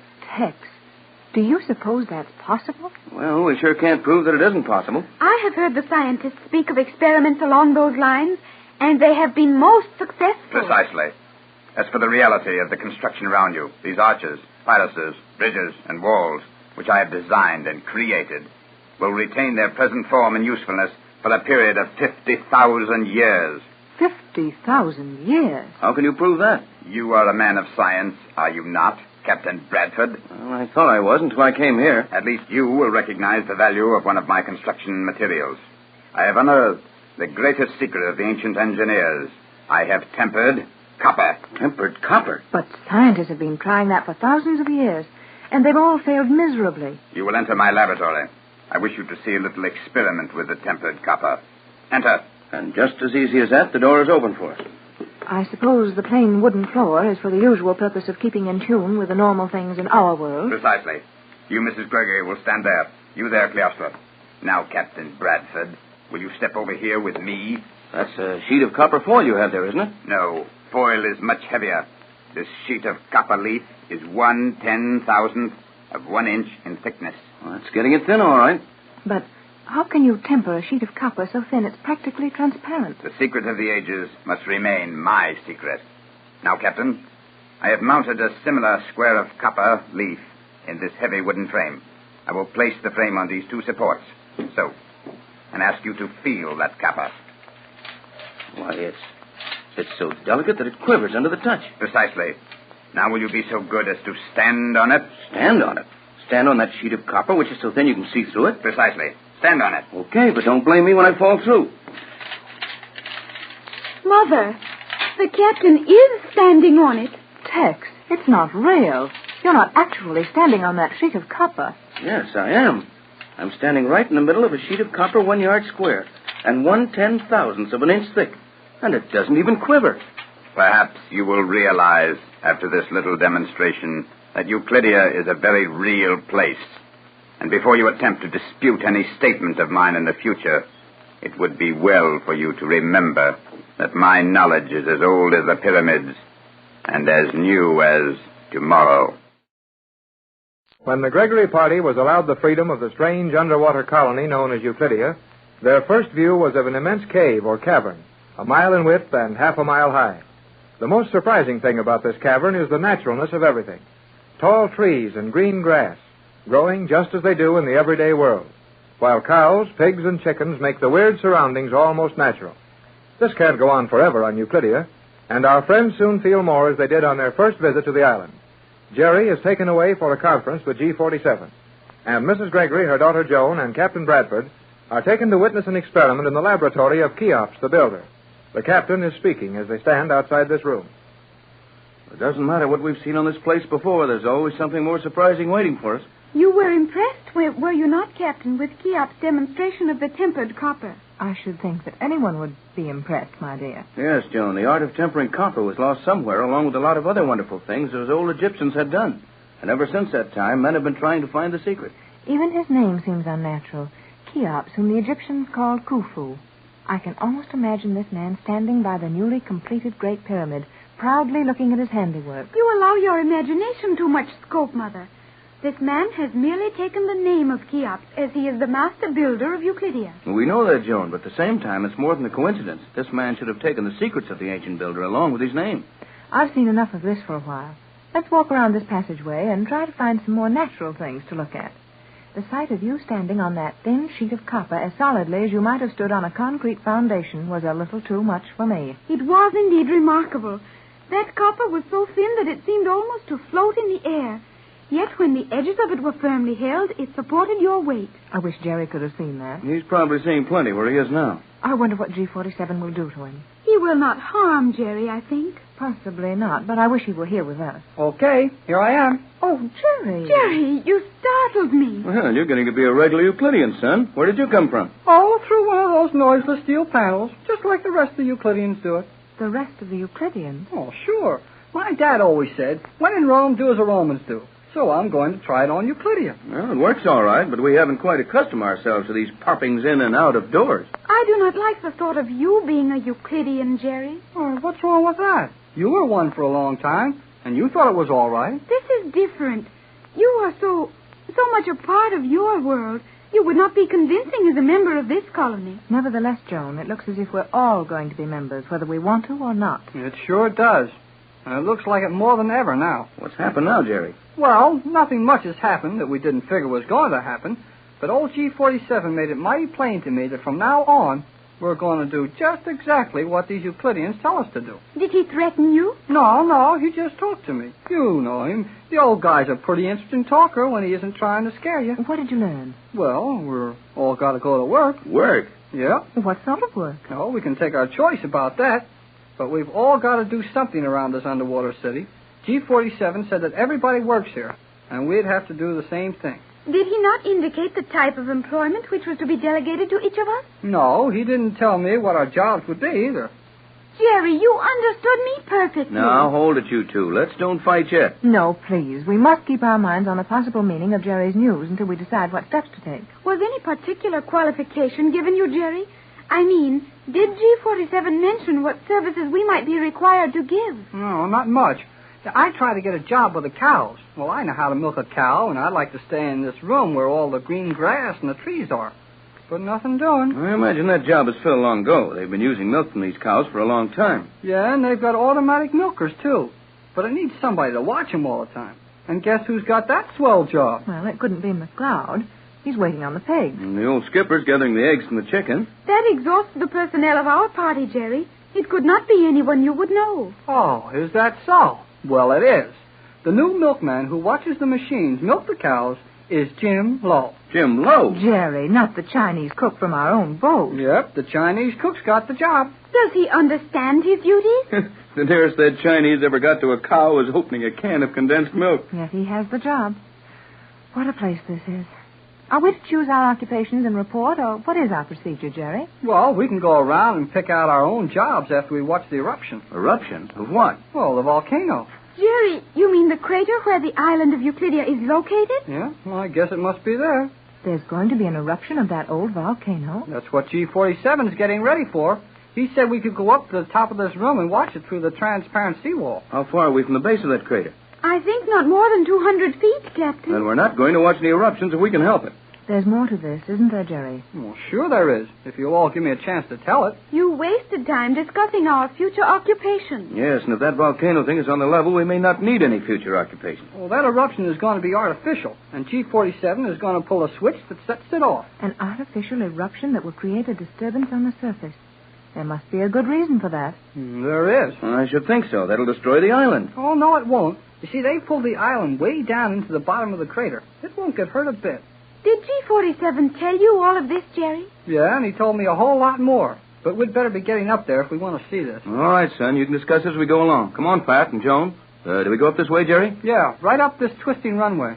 I guess it comes out in some sort of a transparent walled room from what old G47 said. Well, what's it all about? Well, they're going to set off a lot of inflammable bombs. There's a lot of ships cruising around over here, taking soundings and trying to locate the island. What ships, Jerry? Well, they wouldn't tell me that. But I got an idea they're boats from more than one country that's rushed down here to try to save us. And now they'll never know we're here underwater. I guess that's about the size of it, Pat. When they take all the soundings they want, they'll find nothing but the crater of an extinct volcano in a submerged mountain. And those bombs exploding will create the impression the volcano is active again. Then all those ships will be driven away, thinking we have all been lost at sea. Well, what's worse than that? Everybody will think we didn't know what we were talking about. Yes, Jerry, I understand. There isn't any island at the position we gave. There sure isn't. At least not where they'll be looking for it. Well, I'm sorry, folks, but I wouldn't be a bit surprised if those ships up there represent our last chance to communicate with the outside world. If there were only some way to warn them, to let them know that we are down here, 400 feet below the water level, and that the island is submerged beneath the base of the crater over 200 feet below the surface. Well, if we could get our hands on a radio set out of some kind, I'd take a chance and send a message out. And you know perfectly well that you'll never be allowed to approach anything that resembles a method of communication. It would not be natural to allow us to send messages which would expose the secrets of the Euclideans. You're right enough about that, Joan. The thing I feel the worst about is that the news will be flashed all over the world that we were all wrong, that the Magic Island never existed, that the position we gave is really an active submarine volcano. Well, there's plenty of people who have sailed over here before. Well, they know there wasn't any volcano here then. That makes it worse, Jerry. It will bring them to the conclusion that an island possibly existed, but that the volcanic eruption has destroyed the island and probably taken us with it. That is logical, Mother. Though surely some of the charts of this locality must show the existence of the submerged mountain we are now inside of. Afraid not, Joan. Euclidean and its magnetism have been around here too long. All the charts of this position are wrong. The mountain isn't shown on any of them. Well, we can't help it now, so we might as well watch what goes on. I guess this is the door we go through. It is at least the end of the passageway. Careful, Jerry. That may be the wrong door. No, G47 said to come up to the top of this runway and to open the door. This is the only thing I can see that looks like a door. Do you think this must be the one he meant? Well, go ahead, Jerry. No, I'm trying to, but it doesn't want to open. No, nothing doing. You should not have to pound on the door, Jerry. If we were supposed to enter here, the door would open easily. Joan's right. There's a mistake someplace. Well, let's forget about it. I'd feel safer if we weren't any too close to this wall when those explosions take place. Well, it looks like we can't get in here, so we might as well go back down. Those Euclideans are going to watch this thing from somewhere. And if we can find that place, we can watch it too. We have not much time, have we? Well, G47 didn't say how soon they were going to start manufacturing this eruption.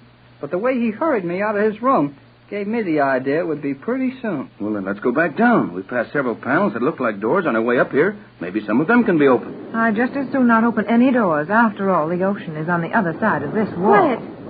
What was that sound? It sounded like an earthquake to me. The bombs. I'll bet they've started them.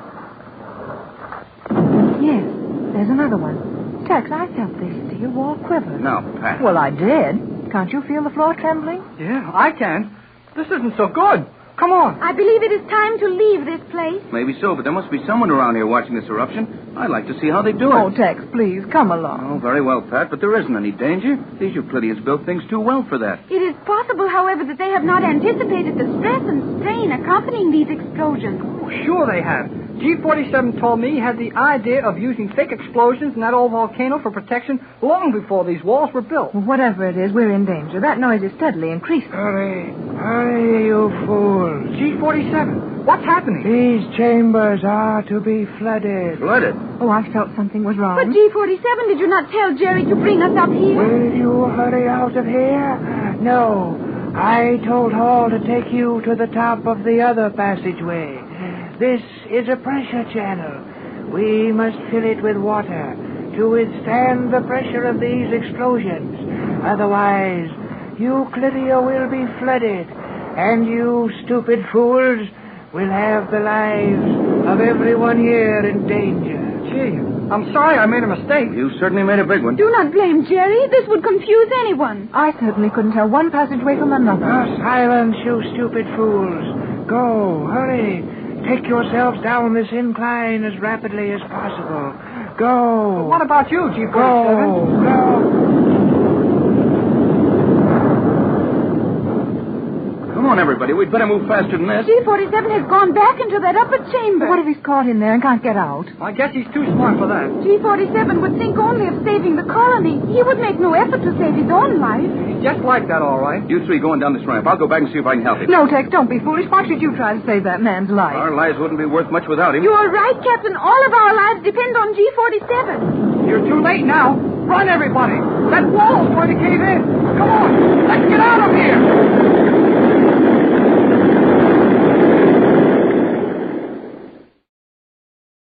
Faster than a speeding bullet. More powerful than a locomotive. Able to leap tall buildings at a single bound. up in the sky. It's a bird. It's a plane. It's Superman. Kellogg's Pep. P-E-P, Pep. Kellogg's Pep, the Sunshine Cereal, presents The Adventures of Superman.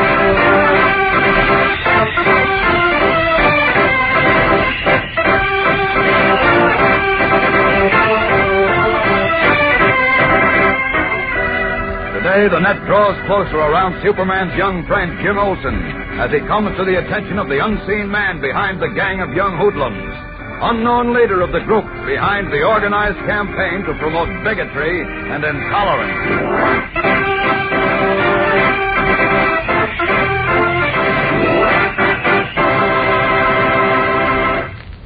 Hi there, gang. This is your pal Dan McCullough. You know, there are more reasons than you can shake a stick at why you fellas want to clean up every last bit of your breakfast bowl full of Kellogg's Pep these days. First off, there's the doggone good eating in this sunny golden toasted cereal. Then, there's the important nutrition you get in Kellogg's Pep. Your mom will tell you about that. Even better nutrition than in sun-ripened whole wheat itself. More than twice as much energy vitamin B1, for example, plus your whole daily minimum need of sunshine vitamin D in every serving. And here's the payoff, gang. Another reason why you'll want to eat every single spoonful of your morning dish of Kellogg's Pep. Cereal grains, like the famous whole wheat in Pep, have been picked out to give good grain nourishment to fellas and girls just like you all around the world. And these children are hungry. They need these grains to grow up strong and healthy, to be able to get fun out of work and play. So here's what you do. When Mom brings Kellogg's Pep home from the grocer's, make sure that there's no waste at your house. If you pour your own cereal, pour it carefully and eat up what you pour out. Tell your younger brothers and sisters to be careful, too, because, you know, you wouldn't want to waste food when it may mean that fellas and girls just like you might have to go hungry overseas. And now, the adventures of Superman. Battling an unknown enemy, Superman, in his guise of Clark Kent, mild-mannered reporter for the Daily Planet newspaper, faces what may well be the most important assignment of his career, the war against racial and religious intolerance. Certain that a juvenile gang led by a boy known as Muggs is being directed by an organized group of hate-mongers, Kent enlisted the aid of Jimmy Olsen, cub reporter for the Daily Planet, to get to the higher-ups through Muggs and his gang. Actually, Jim, what you'll be is a spy. But you must be careful. You know what happens to spies if they're caught. Now, in the rear of the bullroom used by Muggs as a hangout, Clark Kent's dire warning rings in ears. You must be careful. You know what happens to spies if they're caught. The warning rings in Jimmy's ears because, at the moment, he faces exposure. One of Muggs' young lieutenants, a boy known as Dutch, who overheard a telephone conversation between Jimmy and Kent and was returning to the pool room to report to Muggs when he was struck by a car, has somehow gotten out of the hospital where he was taken following the accident. Limping slightly and with an ugly bruise on his left cheek, the boy approaches the rear room of the pool parlor where Jimmy, his throat suddenly gone dry and his heart pounding like a trip hammer, looks about frantically for some means of escape. But there is no escape. Muggs is standing beside him. The door is blocked by the approach of the one person who knows he is a spy, and the pool room itself is crowded with members of the gang. Jimmy stands rooted to the spot, almost as though the steel jaws of a trap had closed on his leg. Meanwhile, in Clark Kent's apartment, the telephone is ringing frantically, with no one to answer it. Again and again, the bell cuts through the silence of the empty rooms, demanding attention. Finally, a key turns in the lock. The front door opens, and Clark Kent enters the apartment, hurrying to the phone and lifting the receiver. Hello? Is that you, Kent? Yes? Good Lord, man, where have you been? Well, I was out. I know you were out. I've been ringing for 10 minutes. Who's this? Dr. Reynolds at the hospital. Oh, hello, Doc. Sorry, I Hey, missed... look, Kent, something's happened. Yes? That boy you brought in, Yes? the x-rays were negative. No internal injury. Oh, that's fine. I'm glad to hear it. However, I still want Wait to... a minute, Kent. Let me finish. Go ahead. The boy must have overheard one of the interns telling the nurse he had no injuries because he skipped. He what? He skipped. He sneaked out of the hospital. He's gone. Great Scott. He pretended he was asleep, and when the nurse left the room, why, he got his clothes out of the closet and sneaked down the back stairway. He must have been limping badly because he had a nasty contusion on his leg. When was this, Doctor? Why, about 15 minutes ago, as near as we can tell. 15 minutes. Mr. Works fast. He's on his way to the pool room, and that's where Jimmy is. What's that? Nothing, Doctor. I'll be in touch with you. Thanks for calling. 15 minutes, huh? Well, it'll take him a half hour to get there, 20 minutes by taxi. Chances are he'd take the bus. Now, let's see. How can I handle this? Got to prevent him from getting the mugs, but how? That Superman? No. That would ruin everything. Wait a minute. I got it.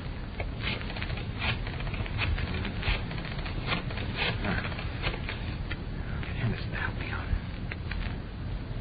Police headquarters. Inspector Henderson, please. Clark Kent calling. Hold on, please. Right.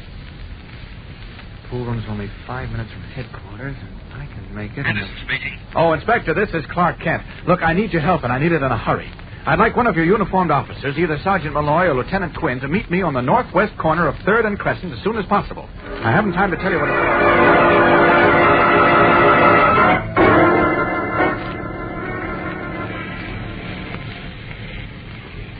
Now, would you mind telling me, Mr. Kent, what you're looking for in a pool room? You'll see once we get upstairs, Sergeant.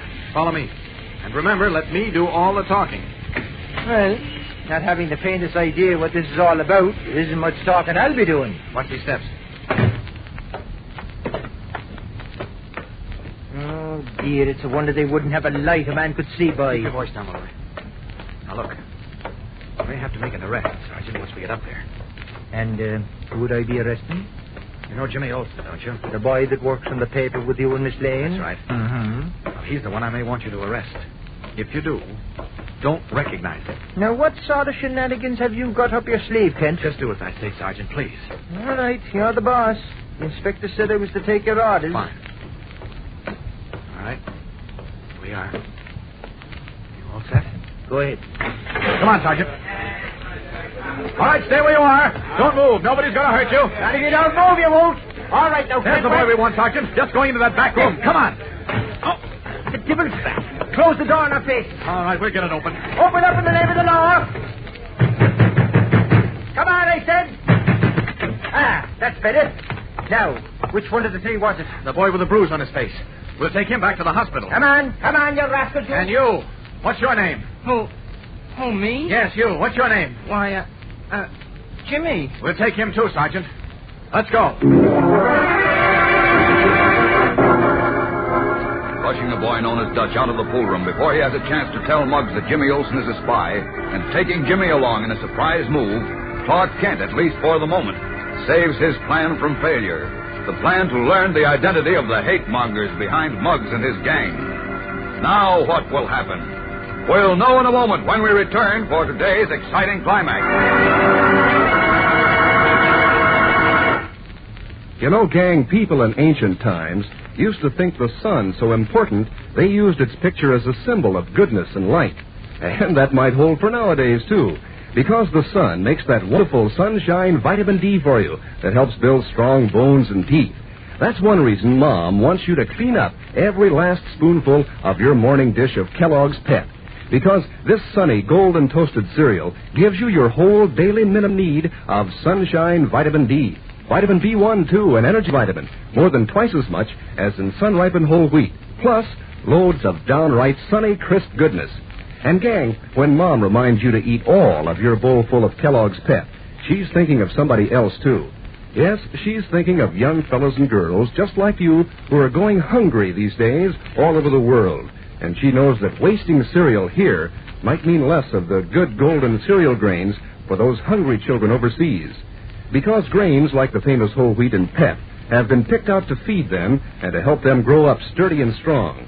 Keep that in mind, won't you, when Mom brings home a package of Kellogg's Pep from the grocer's. Don't let one single flake be wasted. If you pour your own cereal, pour it carefully and eat all that you pour out. And tell the rest of your family to be careful, too. Care of your part of this job of taking care of hungry boys and girls overseas.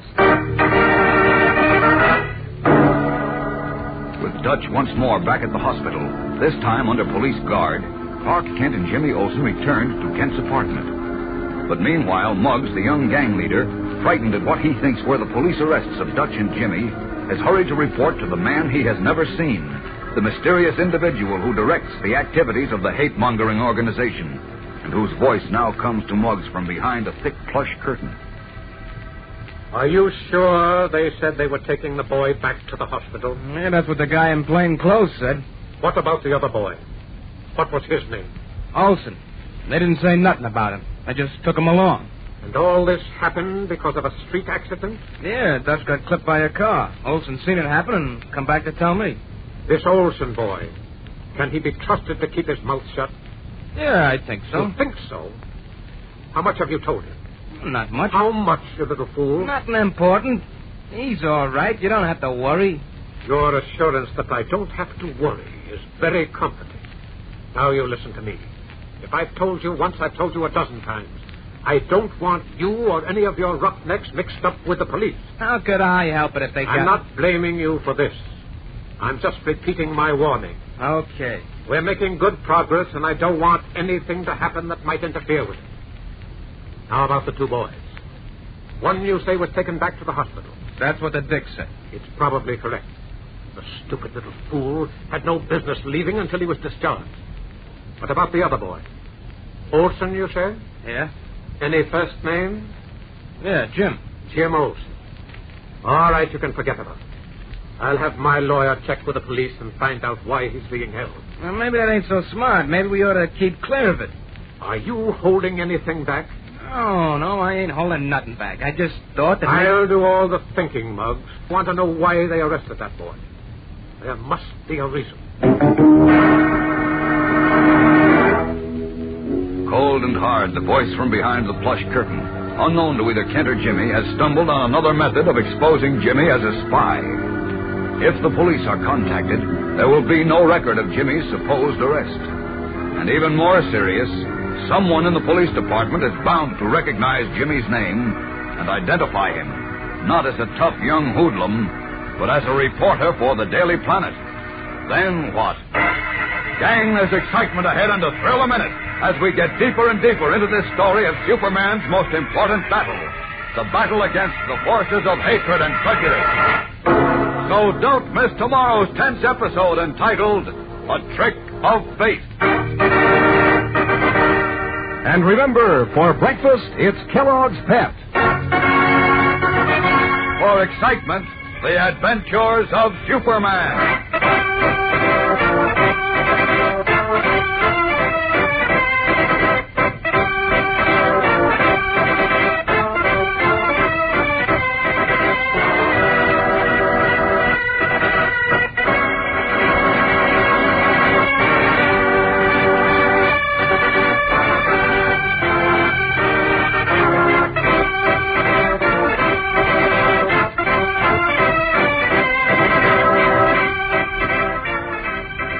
Superman is a copyrighted feature appearing in Superman DC comic magazines and is brought to you Monday through Friday at the same time by Kellogg's Pep, the Sunshine Cereal.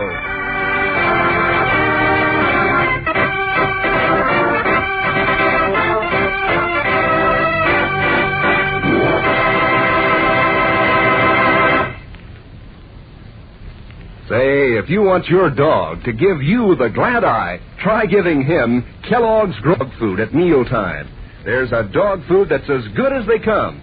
It's got a swell, meaty flavor that goes over big with dogs. And there are 3 kinds of Grow Pup. There's Grow Pup Ribbon, Grow Pup Meal, and Grow Pup Pellets, all good for your dog. Grow Pup has vitamins and minerals, helps build strong muscles and teeth and bones. Just tell that to Mother, and I'm sure that she'll want your dog to feed on Kellogg's Grow Pup every day. And be sure to be with us tomorrow for the thrilling adventures of Superman. This is the world's largest network, the Mutual Broadcasting. Faster than a speeding bullet. More powerful than a locomotive. Able to leap tall buildings at a single bound. Look, up in the sky. It's a bird. It's a plane. It's Superman. Kellogg's Pep. P-E-P, Pep. Kellogg's Pep, the Sunshine Cereal, presents The Adventures of Superman.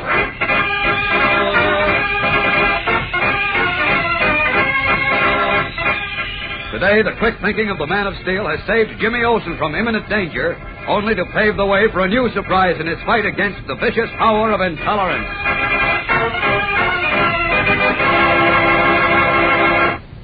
Hi there, gang. This is your pal Dan McCullough. Say, just in case Mom should ask, here's what to tell her about why you're being so careful to eat every last bit of your morning dish of Kellogg's Pep these days. First of all, this sunny golden toasted cereal tastes a doggone good. It's so crisp and fresh that you polish off your dish clean as a whistle.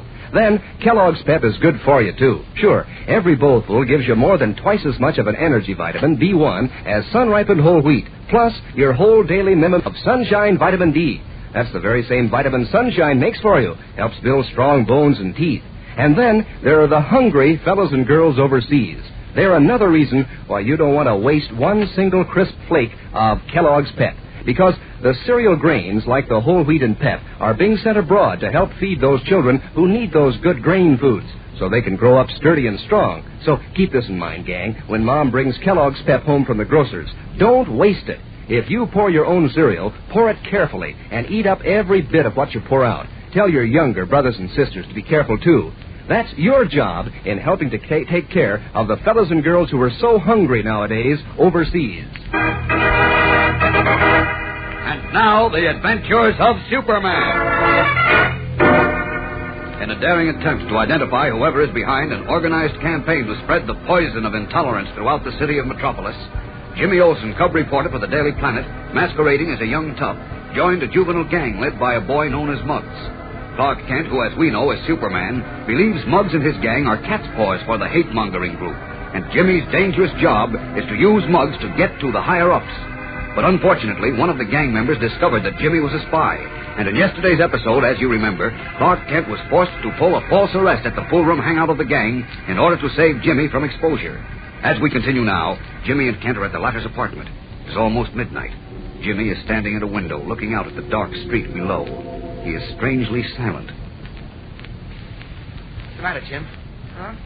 Come on, snap out of it. What's the matter? Well, nothing's the matter, honest. Oh, look, pal, stop fencing. Let's have it straight from the shoulder. Something's bothering you.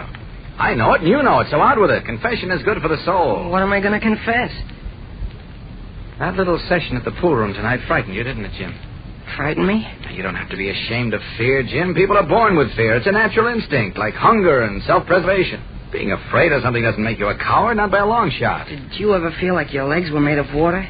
And you couldn't breathe because something was choking you in the throat and you got cold all over? Is that how you felt at the pool room? That's how I felt when I was in the back room with Muggs. And the door opened and I saw Dutch coming toward us. All I could think was in another few seconds he's going to tell Muggs I'm a spy. Then they're going to close the door. And I remembered what Danny O'Neill looked like in the hospital after they beat him up. You had a perfect right to be afraid, Jim. Now, you don't understand. I wasn't afraid of getting beaten up. That wasn't it. I wasn't even afraid of getting killed. I got cold all over because I knew the minute Dutch opened his mouth, the whole thing was going to bust up. Yeah. Like you said, the rats had run for cover, and we'd never catch him. That's why I was afraid. Mm-hmm. Well, it's all over now, Jim. Dutch won't open his mouth until we're ready to let him open it. You're still in the clear. I don't know. I don't know if I am, and I get worried when I think they might get wise. Well, how can they now? Dutch is the only one who knows, and he's being watched day and night. Yeah, I know, but I'm still worried. I keep thinking if I miss the boat, if I don't come through the way you've got it figured out, there might be a dozen Danny O'Neills in the hospital. Some of them will die. Yeah, I know. And maybe 100 stores like Mr. Hoffman's drugstore get burned up, just like it happened in Germany. You're right, Jim, you're right. And they won't stop with the Danny O'Neills and the Dave Hoffmans either. You see, it isn't just the Catholics or the Jews or the Protestants they're after. That's only an excuse. Their game is to stir up hatred among all of us. To get the Catholic to hate the Jew and the Jew to hate the Protestant and the Protestant to hate the Catholic. It's an old trick. But for some reason, a lot of us still fall for it. Yeah, that's the trouble. Those kids in the gang, Muggs and Dutch and the rest of them, they don't even know what they're doing. The most important thing they don't know is that once the hate mongers get into power, they'll suffer as much as the Danny O'Neills and the Dave Hoffmans. I know. Look, it's after midnight, Jim. You're tired. How about turning in, huh? I don't know whether I can sleep.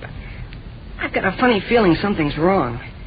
What do you mean? I don't understand. I can't explain it, but Well, who's that this time of the night? Might be Miss Lane or Mr. White. Well, there's only one way to find out.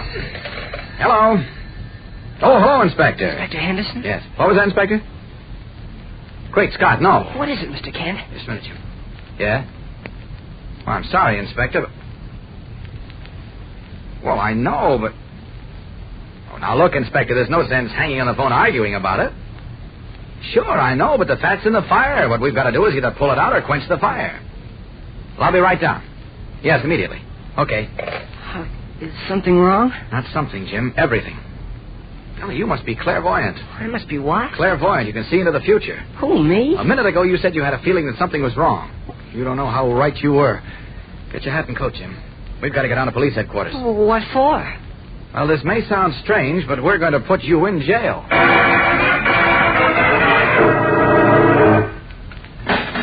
Make sure that cell door's locked, Charlie. There's a dangerous criminal behind those bars. Oh, cut it out, Mr. Kent. This isn't funny. No, you're right, Jim. It isn't. Will that be all, Mr. Kent? Yes, that's all, Charlie. Thanks. Oh, wait a minute. Yes. Would you tell the inspector we'll be ready in, 5 minutes? Okay. Now, Jim, we've got to work fast. Listen carefully, because one mistake, one slip, and we're in trouble. Oh, you better start from the beginning, then. I'm all mixed up. All right, keep your voice down. Now, here it is. There's a lawyer waiting in Inspector Henderson's office now. He won't reveal who's retaining him, but he came to headquarters to inquire about your arrest. You know, that phony arrest Sergeant Malloy and I pulled at the pool room? Yeah? That's why I arrest you down here, and that's why you're locked in a cell. Why? Because putting two and two together, this is what I get. When you were arrested and taken out of the pool room, Muggs immediately reported to his bosses, the higher-ups we're after. They evidently contacted this lawyer and sent him down here to find out why you were being held. The chances are he was told to get you out before the police could make you talk. Oh, now I see. Fortunately, Henderson didn't tell him you weren't under arrest. He just kept mum and called me. Oh, he could have told him I was released. Yes, but it's smarter than that. Much smarter. How? We're going to let the lawyer talk to you and then get you out. Once you're out, he may take you directly to the people we're after. The hate mongers behind Muggs and his gang. Golly, you think so? It's a long chance, Jim, but it's worth taking. What you'll have to do is play tough and suspicious. Make him think you don't trust anyone. Is he coming down here? Uh-huh. Henderson's going to let him talk to you. In fact, he can't help himself. Under the law, a prisoner has a right to see his lawyer. Well, do you have to call me a prisoner? Oh, it's just part of the act, Jim. Oh. Now, look, have you got everything straight? I think so. I'm to play tough and suspicious. That's right. He'll ask you why you were arrested. Your answer is you don't know. Uh-huh. Now, he may ask a whole lot of other questions, but just be cagey. Yeah. Act as though you suspect he's a detective trying to trap you. Okay. Golly, I hope I can do it. Sure you can. Now, I better go now. He'll be down any minute. So long, Jim. And good luck. Thanks, Mr. Kent. I got a feeling I'm going to need all the luck I can find. We'll be back in a moment for the exciting climax of today's episode. You know, gang, old man's son is responsible for a lot of mighty fine things. Fact is, we just couldn't get along without him. But one of the best things he does for you is to make that wonderful vitamin D that helps build strong bones and sturdy teeth. And did you know, gang, that you get that very same vitamin D effect in Kellogg's Pep? Actually, your whole daily minimum need of vitamin D. Also, an energy vitamin B1, more than twice as much as in sun-ripened whole wheat. And Pep is so doggone crisp and golden and good-tasting that, well, you feel like cleaning up every last spoonful in your bowl. And fellas and girls, that's just exactly what you should do these days, because Pep is made from whole wheat, one of the great cereal grains that's been picked out to feed millions of hungry fellas and girls overseas. Now, these children can't grow up big and strong if they don't have enough to eat, and they can't have enough to eat. I'll help them. So here's something mighty important that you can do. When Mom brings Kellogg's Pep home from the grocer's, make it your job to see that it's not wasted. If you pour your own cereal, pour it carefully and eat up every bit you pour out. Tell the family to be careful, too. Just make sure that you don't waste cereal, and you'll be helping to make sure that some fellow or girl just like you won't go hungry overseas. Locked in a detention cell at police headquarters after his phony arrest at the pool room used by Muggs and his gang as a hideout, Jimmy awaits the arrival of a lawyer, evidently engaged by the mysterious hate-mongers responsible for the organized campaign of racial and religious intolerance in the city of Metropolis. As we rejoin Jim now, a uniformed guard is leading a short, thin man along the corridor toward the cell. They stop in front of it. The guard unlocks the heavy steel door. 10 minutes, Mr. Green. Thank you.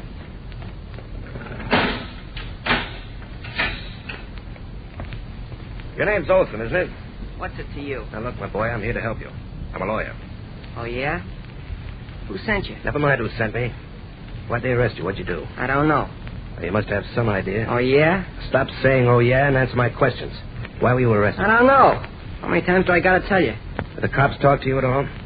Who wants to know? I do. I told you I'm a lawyer. been hired to get you out of here. Yeah? Who hired you? That's unimportant. Oh, yeah? Well, I ain't talking to nobody, see? Now, look, you can talk to me. I'm your lawyer. I'm going to help you. How do I know what you are? Maybe you're a dick. Muggs knows I'm not a dick. Yeah? Who's Muggs? You're a smart boy, Olson. They don't have to worry about you. Who don't? The people who engaged me to get you out. Yeah? Who are they? You wouldn't know if I told you. Now listen to me. I ain't listening to nobody. You'd like to get out of this cell, wouldn't you? I'll get out. Not unless I help you, you won't. But sooner or later, they'll start questioning you. They'll make you talk. That's what you think. As a matter of fact, now listen to me. I told you, Listen, I said. My name's Walter Green. I'm the lawyer for the people you and Muggs work for. Now, the police haven't got a thing on you, and I'm going to get you out of here within the next half hour, if you'll cooperate. What do I have to do? Nothing. Just say you don't know why you were arrested. Yeah? Then what happens?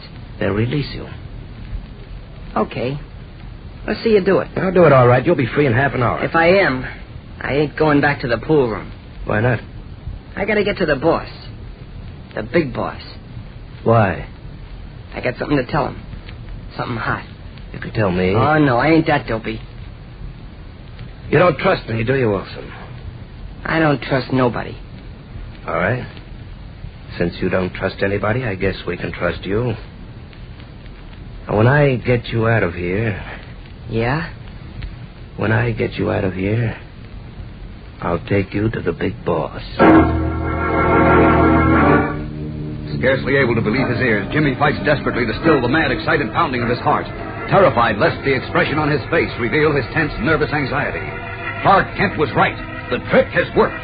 The lawyer is going to lead him directly to the man responsible for the campaign of intolerance, the spreader of hate himself. Will it be like leading a lamb to slaughter? Or is this the beginning of the end for the enemies of decency? Gang, there's a thrill a minute in tomorrow's tense episode as Jimmy takes his life in his hands to help Superman fight his greatest battle, the battle against hatred and prejudice. So don't miss it. Tune in tomorrow, same time, same station, for the episode entitled The Rat Hole. And remember, for breakfast, it's Kellogg's Pep. For excitement, the adventures of Superman.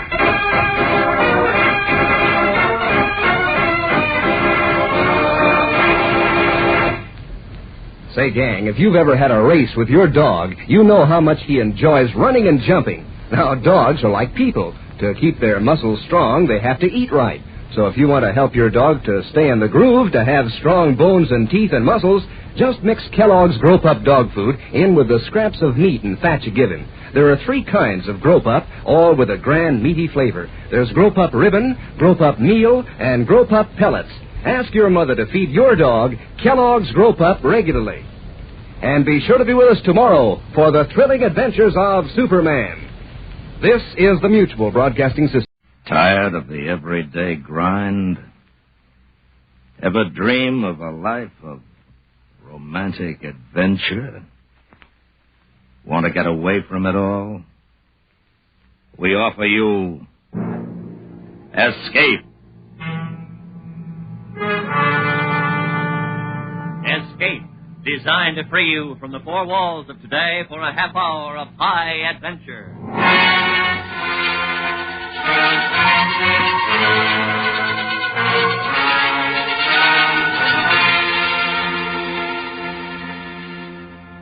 You are standing in a moonlit street of a western cow town, alone and friendless.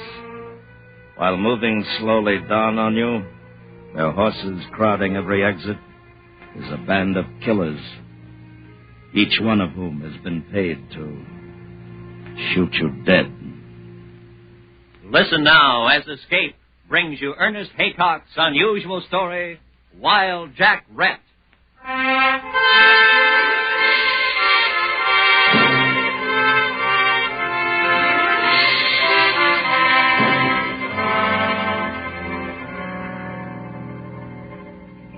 Man that is born of woman hath but a short time to live, and is full of misery. He cometh up, and is cut down like a flower. He flieth, as it were, a shadow. While we're praying, a couple of you boys start throwing some dirt on the sheriff. O Lord, with whom do live the spirits of them that be dead, and in whom the souls of them...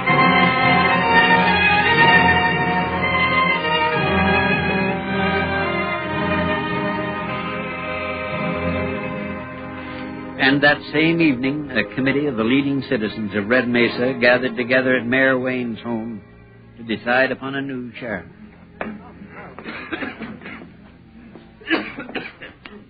All right, gentlemen. Now, sit down. Let's get this settled. Gentlemen, we've got to have a sheriff Todd Mallon and his kind can't kill. We need the toughest gunfighter available. And I want to propose we send for a man some of you may have heard of, Jack Rett. Just a minute, Mayor Wayne. Let me speak. All right. Go ahead, Bohelen. Now, gentlemen, I run a saloon, and I run it with only men who bring any money at all into Red Mesa. Cowpunchers coming up the Chisholm Trail with Texas cattle. If you give them Jack Rett instead of a little fun, I and the rest of this town will go broke. We'll chance that, Bohelen. We'll chance that. Chance it. What about Matt Trebner? What's he got to say? I've nothing to say, gentlemen. As U.S. Deputy Marshal for the district, my job is strictly outside Red Mesa. You know anything about Jack Rett, Trebner? Just for reputation. He's a professional town tamer, and I've heard he's the most cold-blooded killer that ever drew a gun. Travener's right. We can't afford a man like that here because... We sure can't. Gentlemen, In 2 months' time, gentlemen. Now, let's put it to a vote. All in favor of sending for Jack Rett, raise the right hand. 2, 3, 5 to 1. Matter settled, gentlemen. Good night.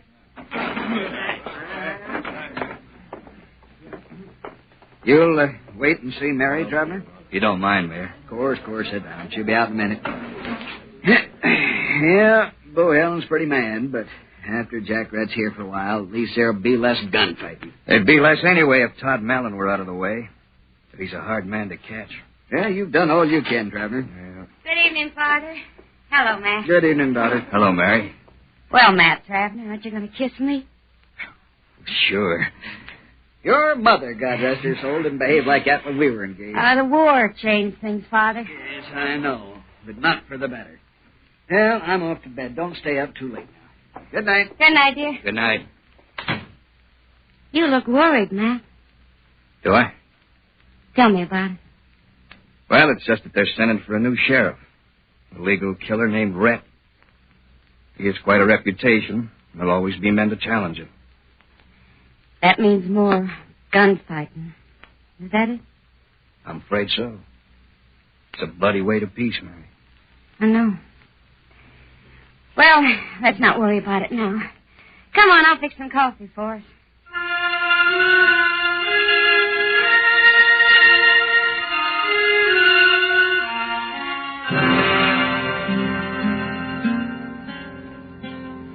Three weeks later, while Jack Rett rode into Red Mesa, he was 38 and at the peak of his reputation. He stood well over 6 feet, better than 200 pounds of plain sinew. Tawny blonde hair grew long in the frontier style, and his features were boldly aquiline. He was a picturesque man until one looked at his eyes, which were large and pale blue, and had the disconcerting trick of remaining too steadily on people. There was to be seen in them the suggestion of inhumanity. He sent word to the committee that he would meet them at the mayor's office that evening. Well, it's 8 o'clock now. Where is he? He's in town. That's bad enough. Now, be a sport, boy, Ellen. We took a fair vote on Rett. You'll learn the Here he hard comes way. now. Here he comes. Here he comes.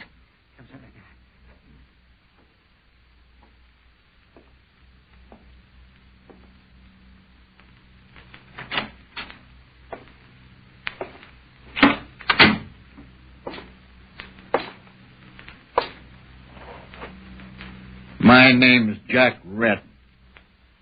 I have your offer. I'm Peter Wayne, mayor of Red Mesa. Do you accept it? That depends on what you want. Tell me. Well, Rett, this is a difficult town. The Chisholm Trail lies just across the river, and we get most of our money from the riders passing through with Texas cattle.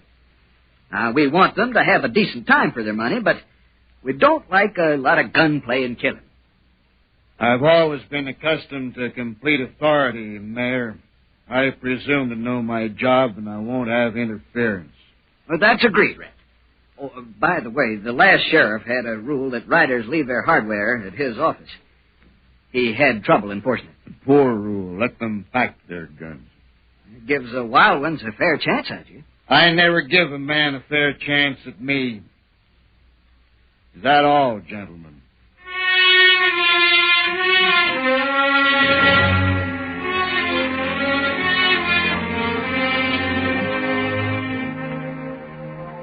Bohelen's saloon was the usual deadfall, with a huge bar along one side of the room and gaming tables toward the rear. Next morning, Bohelen stood tapping the mahogany of the bar with his fingertips and staring thoughtfully at nothing.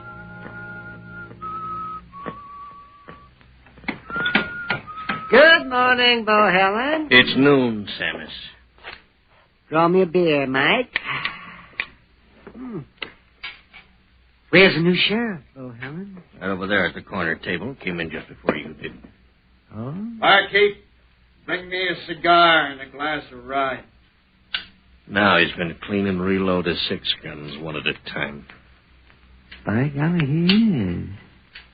How'd you know? It's an old gunman's trick to impress the citizens. But there's no one here. Oh, except you and me. It's to impress me.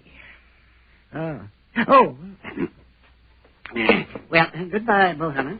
Mike?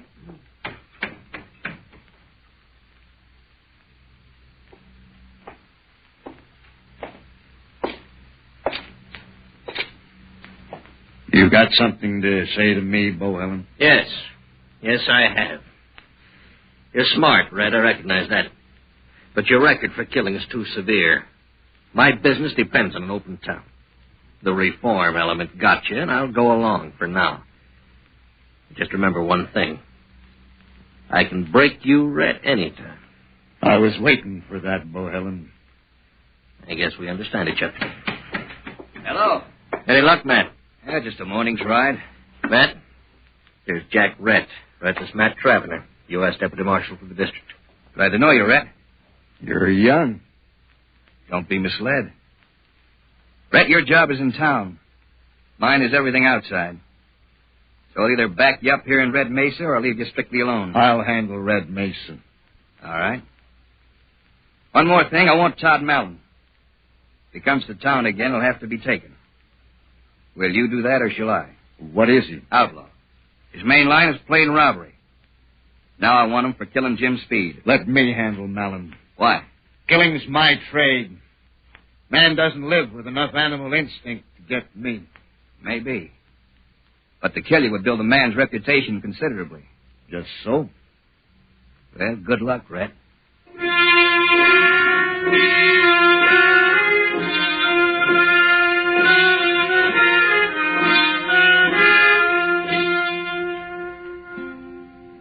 There was peace for a full week in Red Mesa. And then on Saturday night, Matt Travener's prediction came true. Jack Rett was at his customary post just opposite Bohelen's saloon, sitting in a chair on the porch of the Chinook Hotel, obscured by the shadows and watching the crowd, his cold, pale eyes half concealed by cigar smoke. Trouble found him thus. Evening, ma'am. Good evening, Sheriff.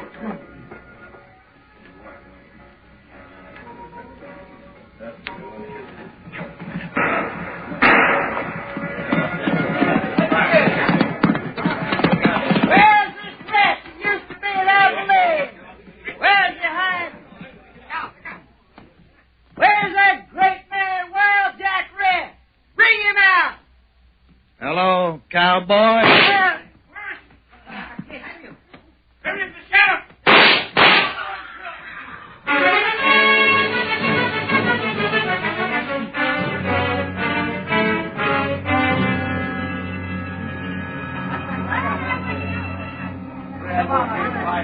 That's a lot of killing for one sheriff.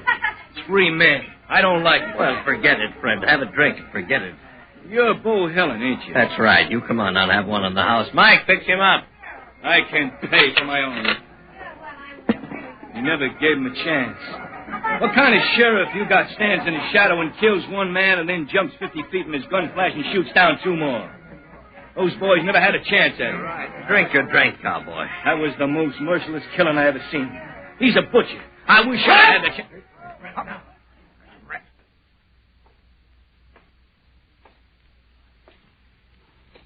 This is my game. There are fools to play it. Never buck a man who's spent his life learning to kill, son. Get out of town. Get out now. Rett, what if I... Don't try it, son. Don't let your anger destroy you. Drift. Go on, drift. Yeah, blast your town. I can hold my thirst another 200 miles up the trail. Come on, boys. We'll send word back to Texas to go round Red Mesa and let it dry the powder. It won't do, Rett. It'll do, Bohelen. Barkeep, bring me a glass of rye on the house. Rett stood with his back to the bar, holding his drink and a thin black cigar carefully in one hand. He stood there for about 10 minutes. Then trouble came again. It's Todd Malin. He's riding in with 4 men. Close the games. Open the back doors. Well, Jack Rett, now let's see you shoot down Todd Malin and 4 men from the shadows. Good night, Bohelen.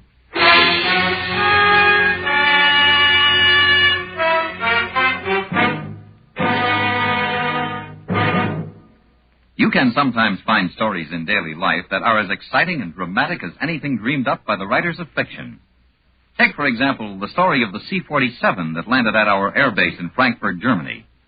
This plane was from the Czechoslovak National Airline, and it was supposed to be in Czechoslovakia. But the pilot and 5 passengers aboard had a different idea.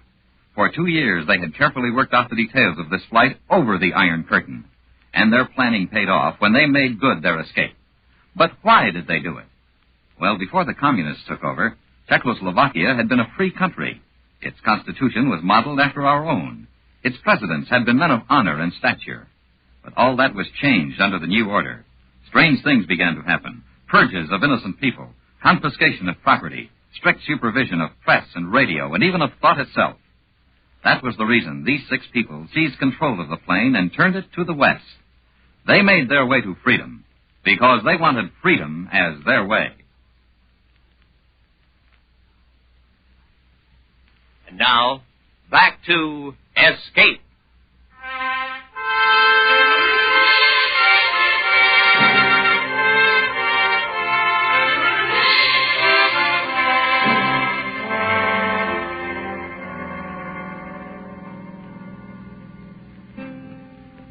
When word came to Bohelen's saloon that Todd Malin was riding into Red Mesa with 4 men, Jack Rett simply walked out, crossed the street to his office, sat down, and waited. 20 minutes later, Todd Malin had arrived and departed, and not a shot fired. Then Jack Rett went quietly to bed. But early Sunday morning, he was back in his office. Come in.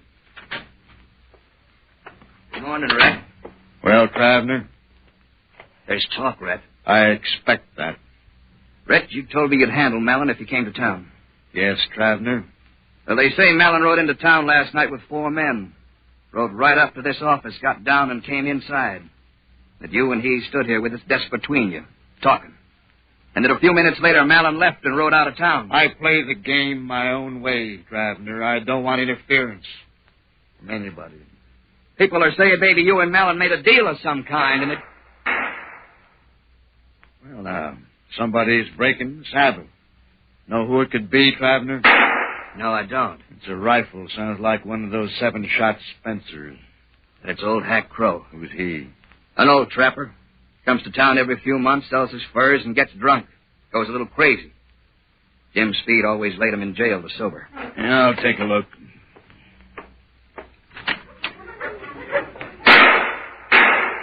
You better stop him, Rett. Only got 2 shots left. That'll satisfy him. I doubt if he'll reload. And if he notices us and decides to shoot? Then I'll have to kill him.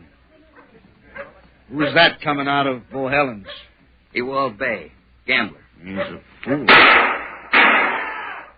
Hack killed Bay. Ain't you going to stop him, Rett? No, let him go. Rett, the town is your territory, and I won't interfere. Well, why did you refuse a fair shot at Hack Crow? Ewald Bay is dead. Which is the more useful citizen, Travner? Crow or Bay? West is full of gamblers.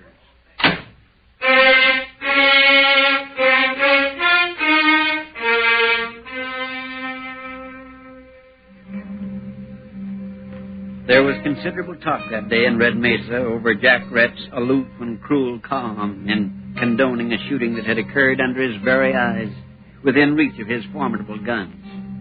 Then, mid-afternoon, a rider came up from the prairie and reported finding old Hack Crow dead in a coulee, dry gulched and robbed. Mayor Wayne heard about it and went to Bohelen's saloon to hear more. Well, good evening, Mayor. Hello, Bohelen. Shot of brandy. What do you think of your great Jack Rett now, Mayor? It looks bad. Oh, now look, Mayor, everyone knew Hack Crow carried his profits in his pocket. He always did that.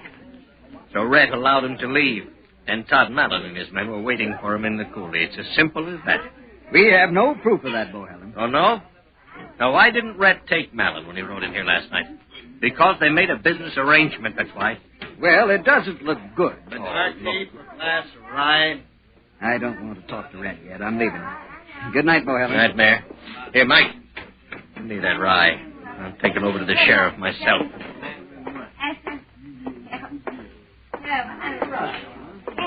Here's your drink, Sheriff. Mind if I sit down? Game never changes, Bohelen. I know what you're going to say. I warned you I could break your Rett. It's an old story to me.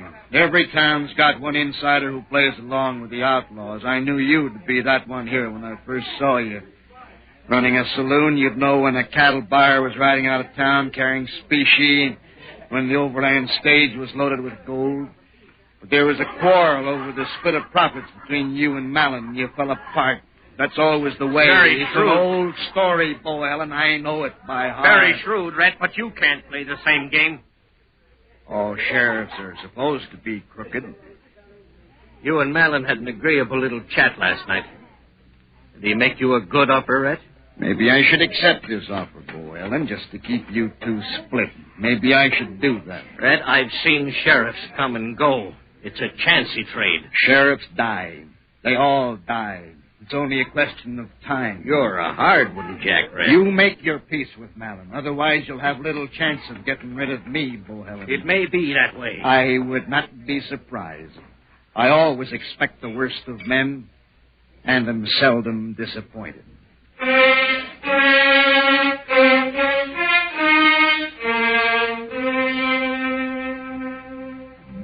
It was turning dark as Jack Rett left Bohelen's saloon. Crossing the street, he walked into his office, but continued on out through the back door. A few minutes later, he stood in the gathering shadows opposite the OK stable and watched Bohelen ride out and drift into the prairie to the south. He knew now what to expect. It would happen soon, perhaps tomorrow. He returned to his office and slept the night there. Come in. Oh. Well, good morning. Rett, I want you to meet Mary Wayne. Miss Wayne, very proud. I wanted to know you. To meet him, Mary. Not to know him. Rett lives in a closed world. You see that? I have no friends. We're to be married on Thursday, Mr. Rett. I should like you to be there. I'd be most happy. Thank you. Mary, will you wait outside? I have some business to discuss with the sheriff. Of course, Matt. Don't be long. Goodbye, Mr. Rett. Goodbye, Miss Wayne. Rett, this afternoon I'm leaving to find Todd Mallon. You had your chance and you let him go. Wait, Travner, wait. I've tried patience, Rett. I'm a poor hand. Travner, you have a fine girl. If it is not presuming, let me congratulate you and compliment her. Thank you. Is that all? I'll take care of Mallon. Rett, I want to believe you. No man wearing a star should believe anybody. It's a weakness, haven't I told you? I'm blessed if I quite understand you, Rett. Then understand this. Every man has his time. When it comes, he knows it. There's no turning back. Nothing makes any difference then, except to stand up to the finish and go out in decent style. Yet you're the man who never believes in giving another man a break. Don't try to understand me. You want help with Malin? I have no faith in help. Coming, Mary. Wait, Traveling. I'll suggest this much. Take one man and ride due north to where the cattle trail crosses Tempest Creek. Be there tonight. You understand? Rett, I'd hate to oppose you.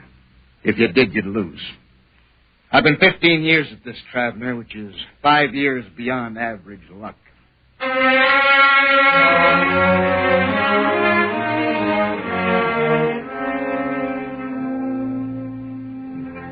That evening, Jack Rett took up his post on the porch of the Chinook Hotel, dressed in his best. A suit of black broadcloth swelling around the big, uncompromising shoulders, a hard white shirt, and a blood-red Windsor tie. He sat there, calm behind the smoke of his cigar, waiting.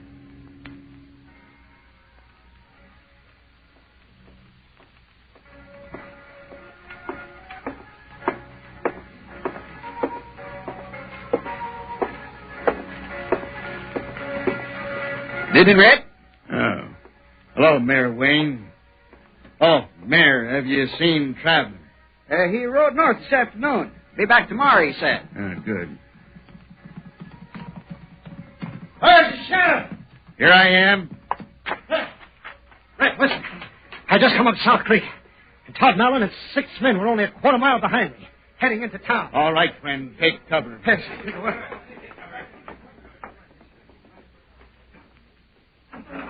Rett stood up and moved into the shadow at the end of the hotel porch. Across the street, Bohelen appeared in the full glow of the doorway of his saloon. Come out of the dark and meet your friends, Jack Rett. What are you afraid of? It's only Mallon riding in to see you. Thieves fall out, but the urge for profits bring them together again. You should have known it, Rett. Nothing surprises me. Well, there you are, Rett. It's a surprise to find you exposing your great reputation right out there in the middle of the street.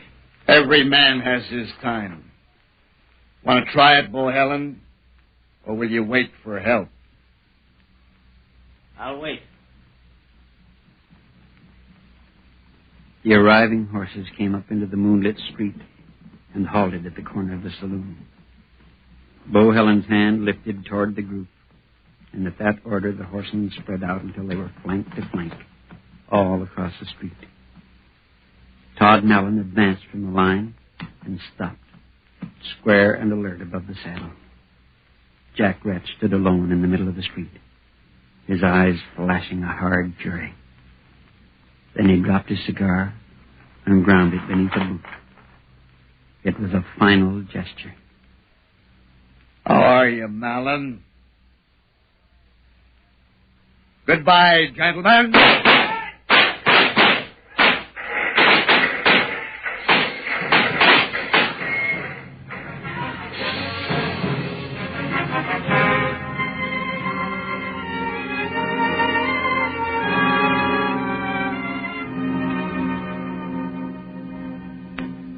And next day, Red Mesa buried some more men out on the hill and talked of Jack Rett, who was more of a mystery to them now than when living. To all of them but one, Matt Travner. Nobody knows a killer's world, Mary. There wasn't any room in Jack Rett for much pity, but he sent me away to save me from what he knew was coming. I think that was a kindness, though I had no fear. It was a fine thing for him to do, Matt. But they say he stood in the middle of the street to face them all in the light. Why? It wasn't his style. As long as he was sure of himself, he never gave anybody an even chance, Mary. But killers live and die by instinct. And somewhere along the evening, he got the warning. After that, it was just a matter of pride. And he killed Mallon and Bohelen before he died. Standing up and in good style. That's a sort of greatness, isn't it?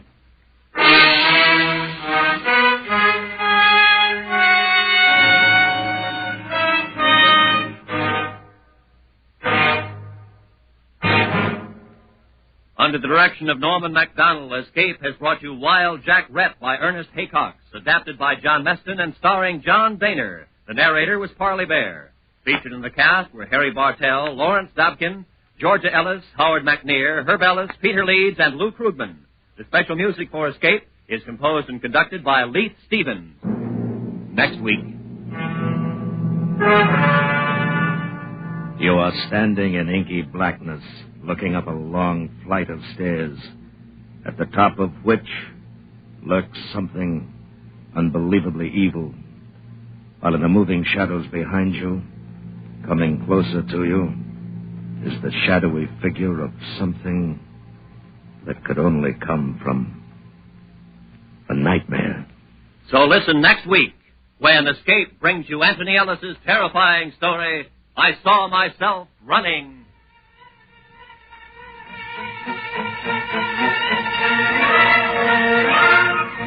George Walsh speaking. Escape is a regular presentation of the United States Armed Forces Radio Service.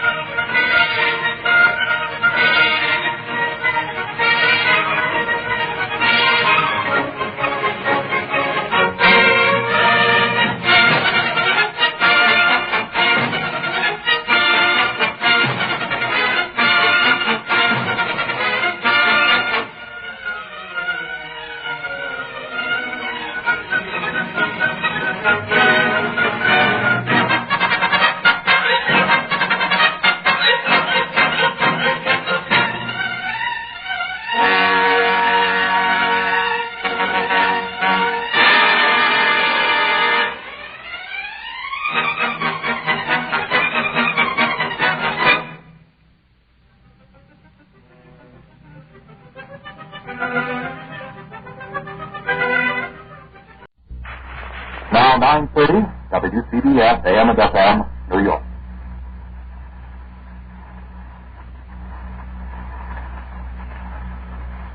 Tired of the everyday grind? Ever dream of a life of romantic adventure? Want to get away from it all? We offer you Escape. Escape, designed to free you from the four walls of today for a half hour of high adventure.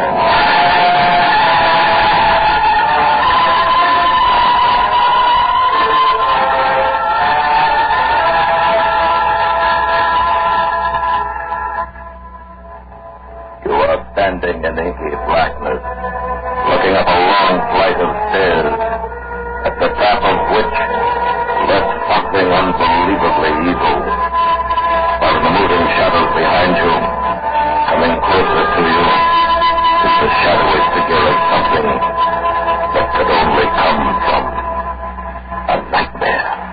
Listen now as Escape brings you Anthony Ellis's terrifying story, I Saw Myself Running.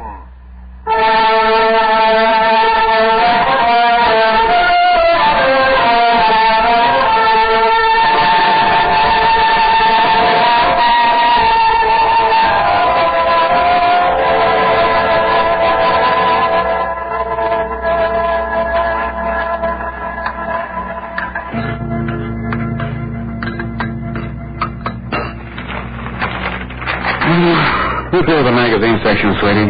No, but it's all right. Here. Well, then, if you're not through... No, you have it. Thanks. Want the women's bag? No, no. Sorry.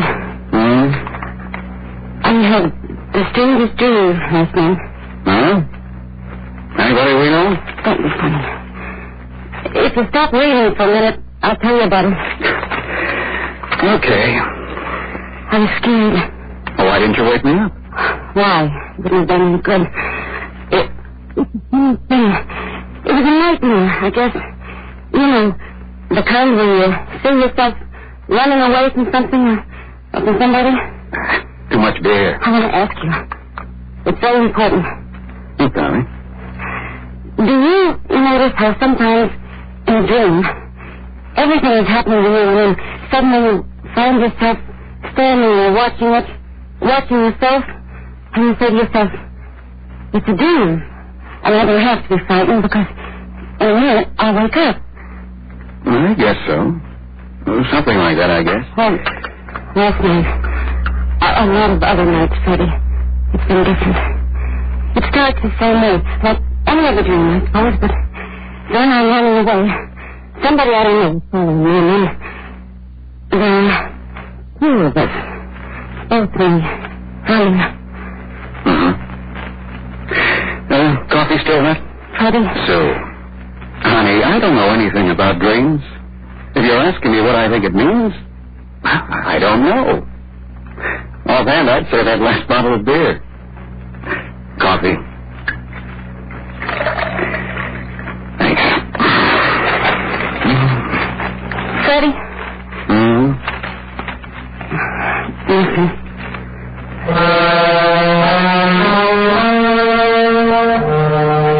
How do you explain a dream? You don't. You can't. At first it's bright and cool, and as the morning passes it fades, and by lunchtime it's forgotten. Freddie and I went to bed early that night. I think I was a little surprised when it began again. I didn't realize I was asleep yet. But it was there.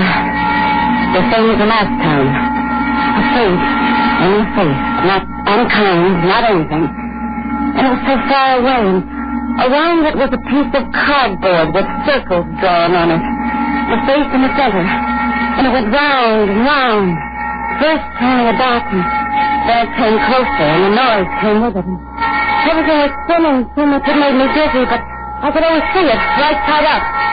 It was very close to me, and the face was somebody I'd never seen before. It was a man, I think, and I knew that he didn't care, and I wanted to cry.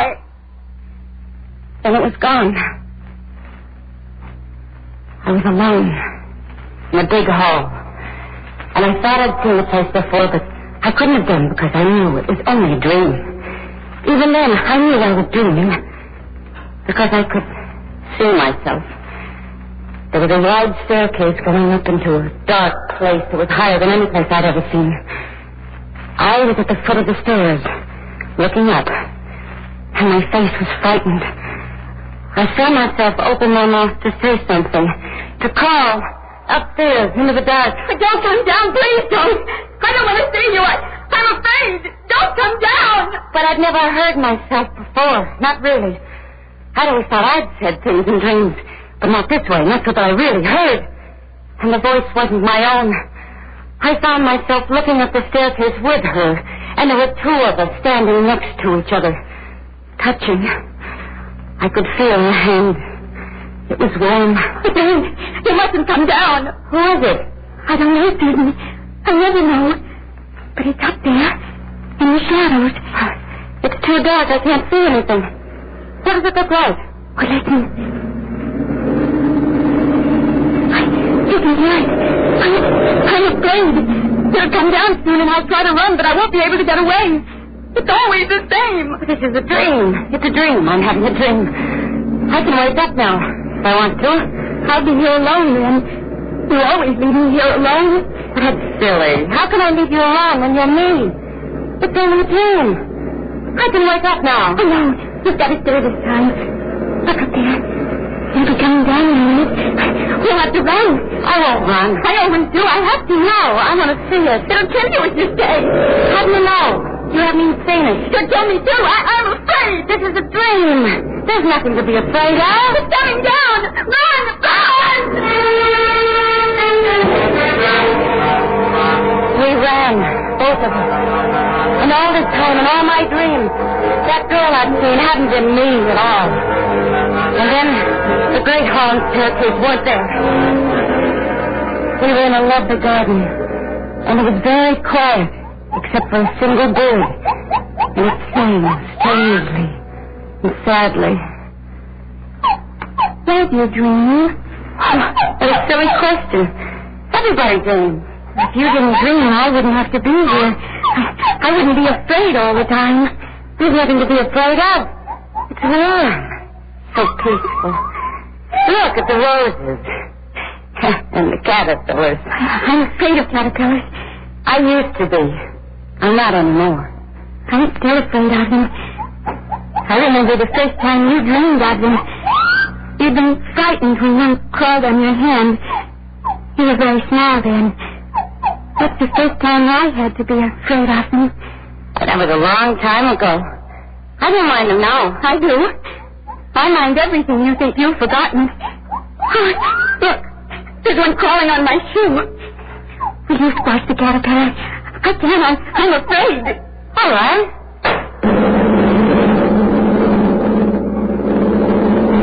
What is this place? It's an airplane. I've never been in an airplane before. I know. I'm afraid of them.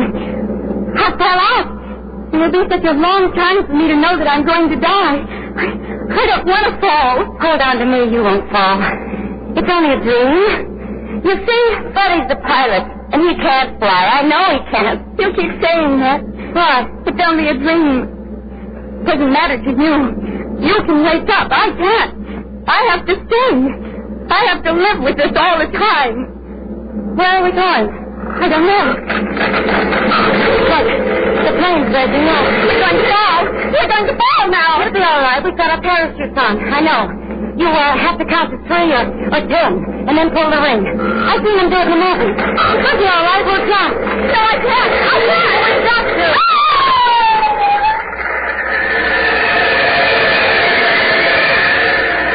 It's such a nice, floating sensation. I've no idea where it's so high. I've got to count to 10 and pull the ring. 1, 2, 3, 4, 5, 6, 7, 8, 9, 10. I can't find it. I can't find it. It won't work. I'm going to die. I'm falling. I'm going to die.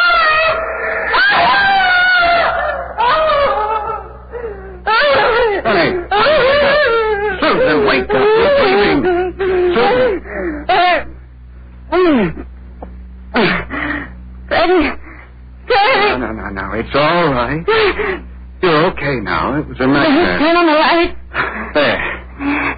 See? I was falling. I fell out of an airplane. I was going to die. Oh, darling. It was that TV show we watched. It's all right. I love you. You don't have to be afraid. You're right here. Everything's fine, and it's nearly 4 o'clock. Come on. You climb in with me. Frank, I don't want to dream anymore. I'm afraid. It was like last night. The other night. But where? Now, listen, Susan. Freddie, look at me. Do I sound the same? Honey, you... Do I sound the same? There's 2 of us. When I go to sleep, when I dream, there's another woman there. That's who I've been seeing all these years. It's not me. It's someone else. She's there all the time. Freddie, I don't want to dream anymore. Something's going to happen. I'm afraid.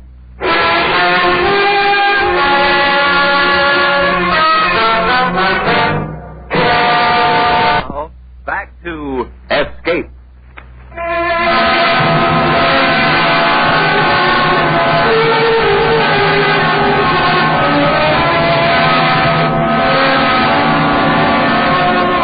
Freddie took me to the doctor, and I tried to tell him about the dreams. And when I finished, he examined me, tested my heart, blood pressure. Then he said, Susan, you're tired. That's what's the matter with you. But I haven't been doing anything to be tired. Really, I haven't. You're overwrought.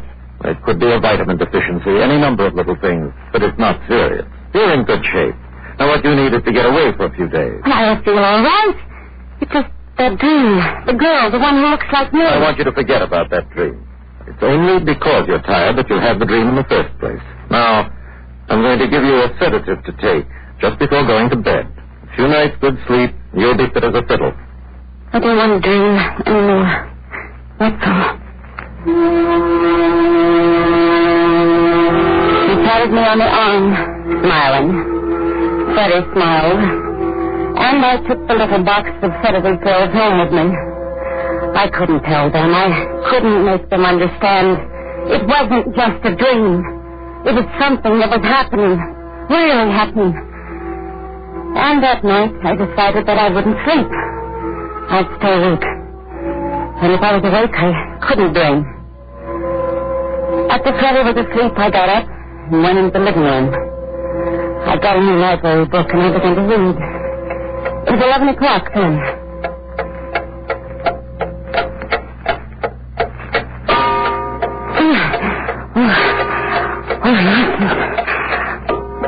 I'm dead.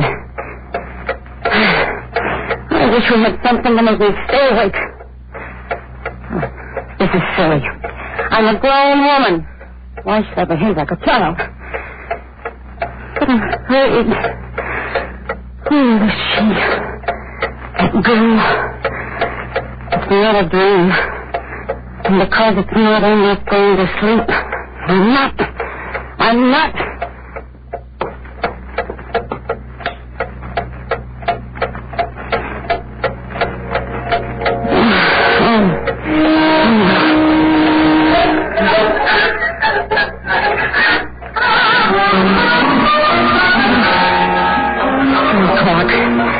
When the time it gets late, the easier I'm tired.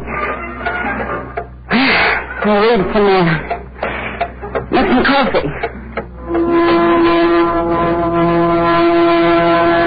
At 7 o'clock, I got back in the bed and pretended to still be asleep when Freddie got up. I heard him making coffee, then he came back in, kissed me, left for the office. Somehow I stayed awake the whole day. I tried to buy something at the drugstore to stop me from sleeping, but they wouldn't give it to me without a prescription. And then Freddie called to say he had to entertain some out-of-town people that night. After that, I had to lie down in the living room couch because I felt sick. It was 8 o'clock.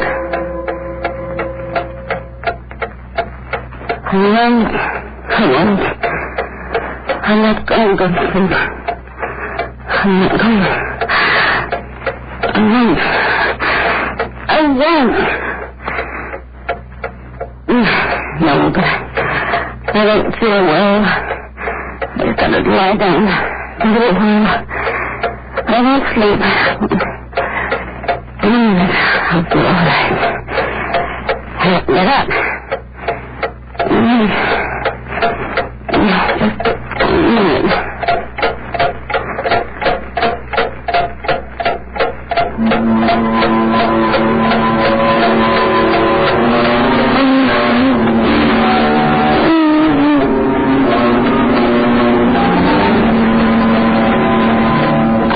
Up in a minute. I'm so tired.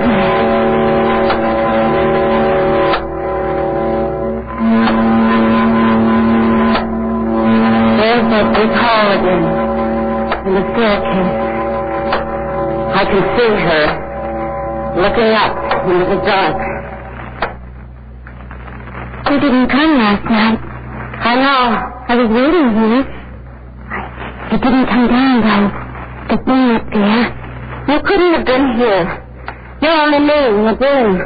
And when I go dream, you're not here. I'm always here. I have to see the things happen. Things don't really happen in dreams. It's imagination. No, it isn't. Look up there.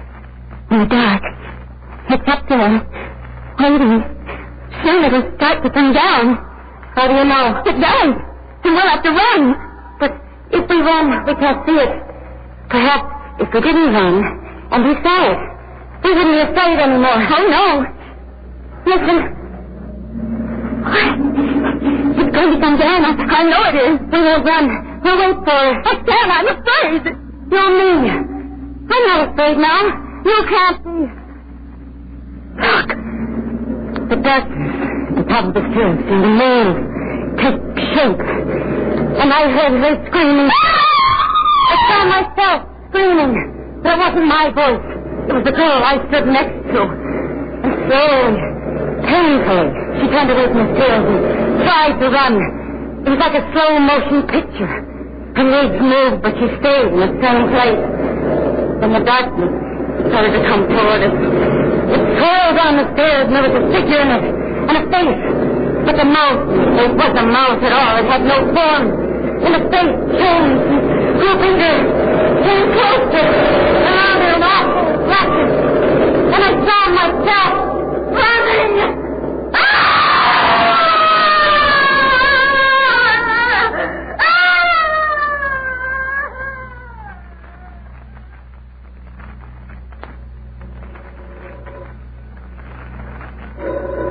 We were standing in a narrow stone passageway. It was cold and damp.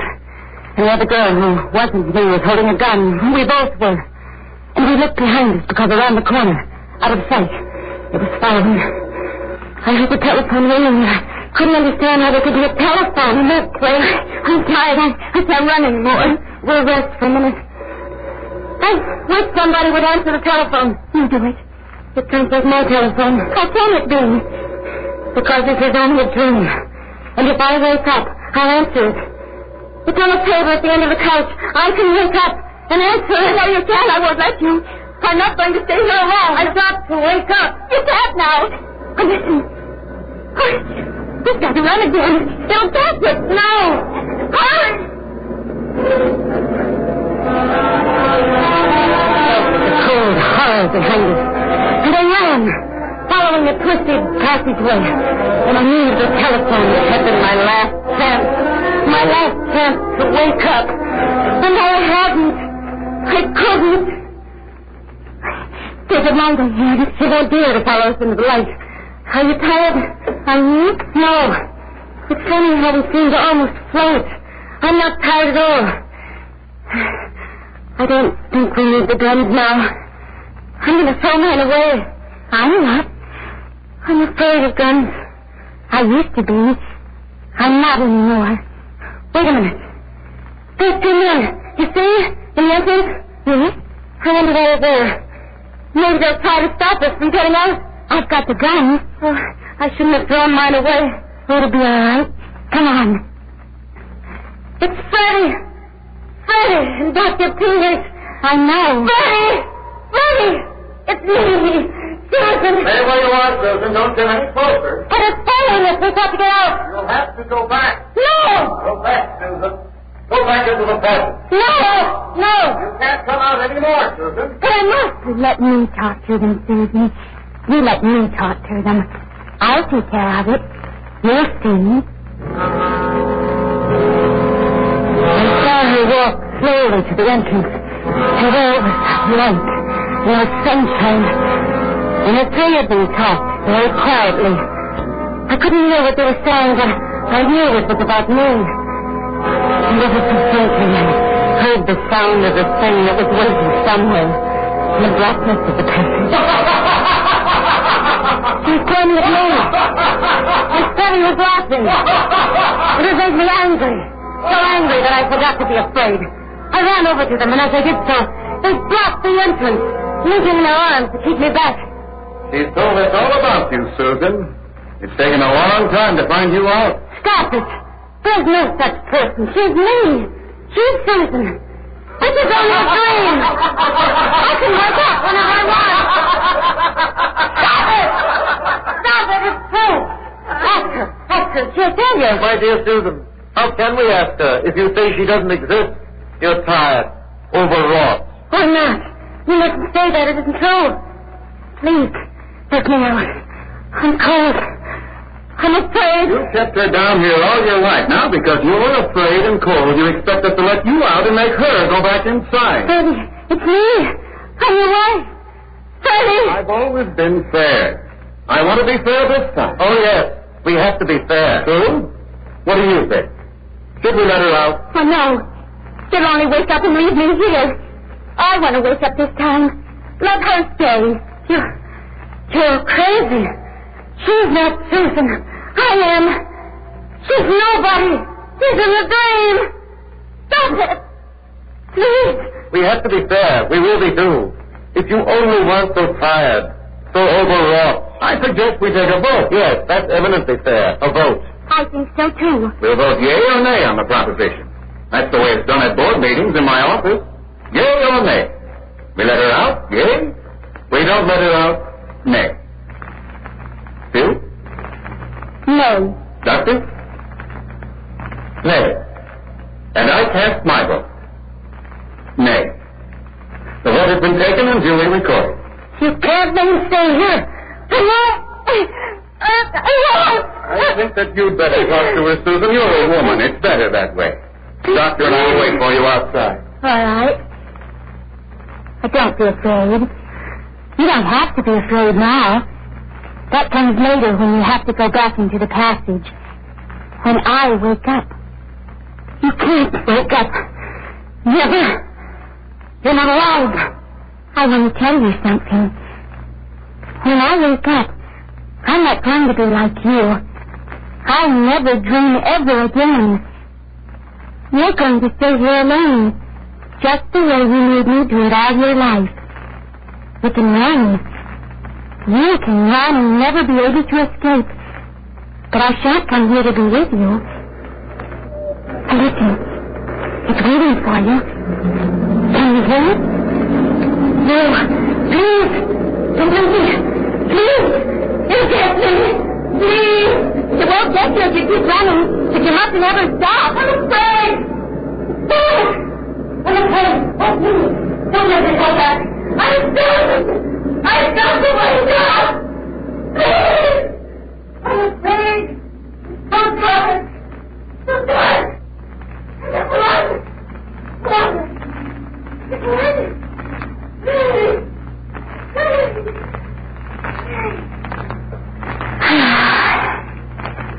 I think I'll wake up now.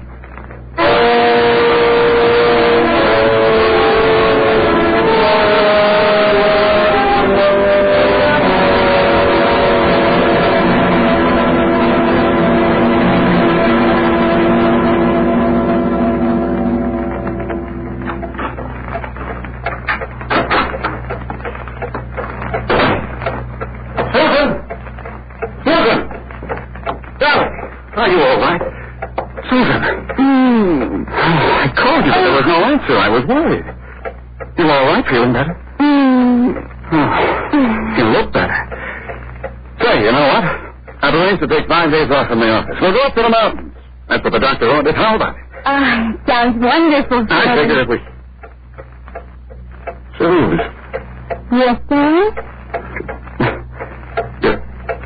Your voice. It sounds funny. My voice?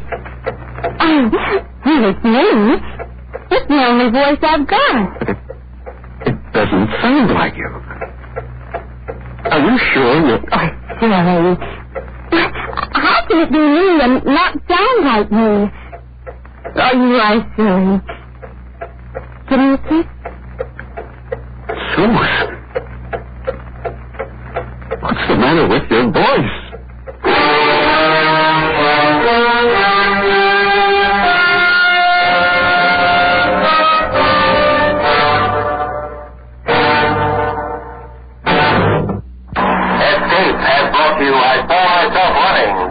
Directed by Anthony Ellis, starring Georgia Ellis as Susan, with Sammy Hill as Sue. Featured in the cast were John Stevenson and Edgar Berrier. Editorial supervision is by John Meston, and the special music for Escape is composed and conducted by Lee Stevens. Next week, you are standing on the bridge of a tramp steamer, a ship captain, sailing through the vast emptiness of the ocean. While on the deck below you, the crew, a desperate gang of cutthroats and murderers, are waiting for a signal that will give them your ship and bring you your death. So listen next week when Escape brings you Anthony Ellis' exciting story, The Tramp.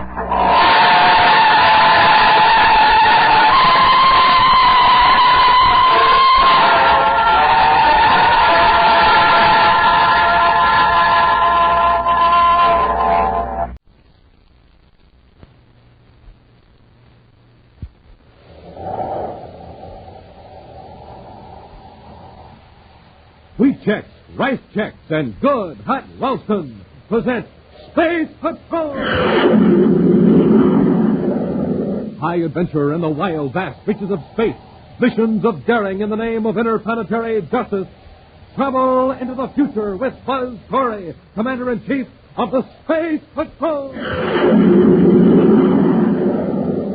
In today's transcribed adventure, Buzz and Happy are aboard the deluxe passenger spaceship, the Supernova, headed for the planet Saturn.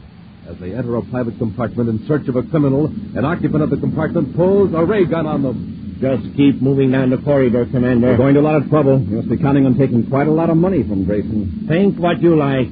All right, hold it. This is where we part company. I just opened this little metal door. Now, crawl in there, both of you. You can't put us in there. That's the ship's rubbish disposal chute. I know what it is. Get in. But before we reach Saturn, that chute will be emptied into space. Of course. A blast of compressed air will sweep you out of the ship, and no one will know you're gone. We'll return in just a moment with today's exciting Space Patrol adventure, Trouble Aboard the Supernova.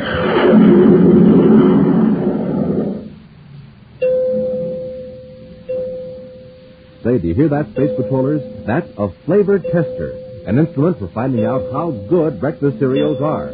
I'm standing in a grocery store right now, so let's run the flavor tester along this cereal shelf. Well, there's no flavor in these cereals. I'm not getting a peek from our flavor tester. Oh, it's starting now. Hey, the flavor tester's going wild, and here's the cereal that's doing it. Rice Chex, the super cereal that helps to supercharge you. Yeah, better turn this flavor tester off before it jumps out of my hand. Yes, sir, gang, for wonderful flavor, wonderful Rice Chex. Crisp, golden, bite-sized biscuits you'll love. Try some today. Delicious Rice Chex. And remember, inside the package, there's a magic space picture. And now, today's Space Patrol adventure, Trouble Aboard the Supernova. One of the most important industrial concerns in the United Planets is solar technic. Its research staff has been responsible for hundreds of discoveries in many fields of industry, and their achievements have increased the comfort and security of people on all the planets. Solar Technic is noted for its generosity in making its processes available not only to the government, but to other companies as well. Our story opens in the office of Clark Ruckler, the assistant coordinator of Solar Technic on the man-made planet Terra. Ruckler is talking to one of his young field men, Mark Grayson. I can't impress this on you too strongly, Grayson. These documents are to be delivered to the supervisor of our Saturn plant and to no one else. Is that clear? Yes, Mr. Actually, my chief wanted me to deliver this microfilm strip myself, but for the time being, I can't leave Terra, so I'm turning the assignment over to you. Well, I'm very grateful for the opportunity, Mr. Ruckler. Frankly, I had to do a lot of talking to convince the chief that you could be trusted. I appreciate that very much. I know my record wasn't too good before coming here to Solar Technic, but in the past 3 years... your record here, and keep it clean. Now, here's the procedure. We'll blast off for Saturn tomorrow evening in 1800 hours aboard the Supernova. The strip of microfilm will be concealed in a special ring which the chief will give you tomorrow. That ring can be removed from your finger only by turning the setting in a certain way. Well, like a combination lock. Yes, but don't fool with it. The Saturn supervisor will remove it when you report to him. The information's extremely vital to Solar Technic, so don't tell anyone. Okay. Thank you, Mr. Ruckler.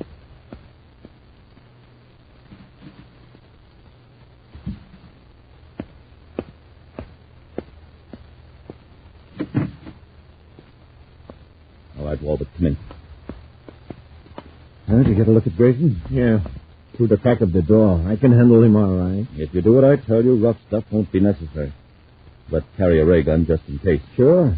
He'll be in compartment 23, huh? Mm-hmm. Don't get acquainted with him too quickly.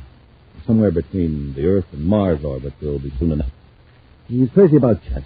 Suggest a game in your compartment or his. Then I slip something in his coffee to put him to sleep and take the ring. Right. Now, here's the duplicate. Put it on his finger. Then your part is over except for meeting me on Saturn. What's going to keep Grayson from suspecting me? And the Saturn supervisor finds there's no microfilm in the ring. A couple of muscle men will grab him before he gets to the Saturn plant. They'll rough him up and take the ring. Grayson will think, there, with ease. Do you think you can peddle the microfilm without getting cut? I've got that end all covered. Grayson will have to take the rap. With that past record of his, the chief will figure he staked the robbery. But you recommended Grayson to carry the microfilm. Yes. So I'll regretfully submit my resignation for having made such a costly mistake to the company. I'll resign from Solar Technics. Yeah, and live like a king on what we get for the microfilm.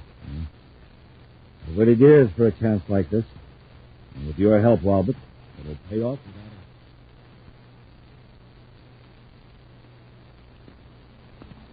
Wow, a trip to Pluto on the supernova. This isn't a mission, sir. It's a vacation. I want it to look like a vacation, Happy. That's why we're in civilian clothes. But we'll have plenty of work to do when we reach Pluto. Uh-oh. What is it, sir? I just recognized one of the passengers. He's on the other side of the crowd. I don't want him to see us. Who is it? I can't recall his name right now, but he used to do a lot of space traveling on passenger ships a few years ago. For the result that a lot of the passengers found the trip more expensive than they'd planned. You mean he's a thief? Not that we could prove it.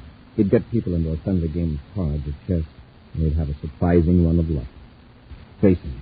That's it, Mark. Grayson. He hasn't been in trouble lately, so he may have gone straight, but it won't hurt to keep an eye on him. If we see him getting too chummy with any of the passengers. The gate's opening, sir. When we get aboard, we'll go right to our compartment. It's number 22.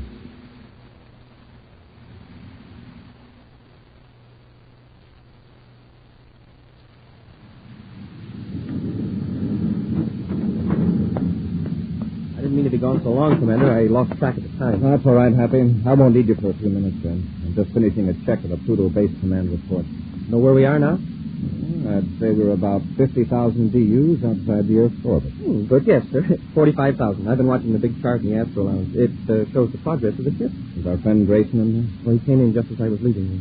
Want me to check on him, Commander? Wait a while, Happy. In half an hour or so, you might go into the lounge. It would be rather embarrassing if someone was swindled with a Space Patrol Commander-in-Chief aboard. I see what you mean.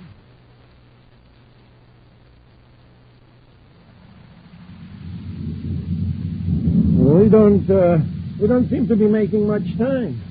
How's that? Well, I was just noticing the astro chart. The ship doesn't seem to be moving. Oh. Well, there's a lot of space out here. Yes, yes, indeed. A great deal of space, I'd say.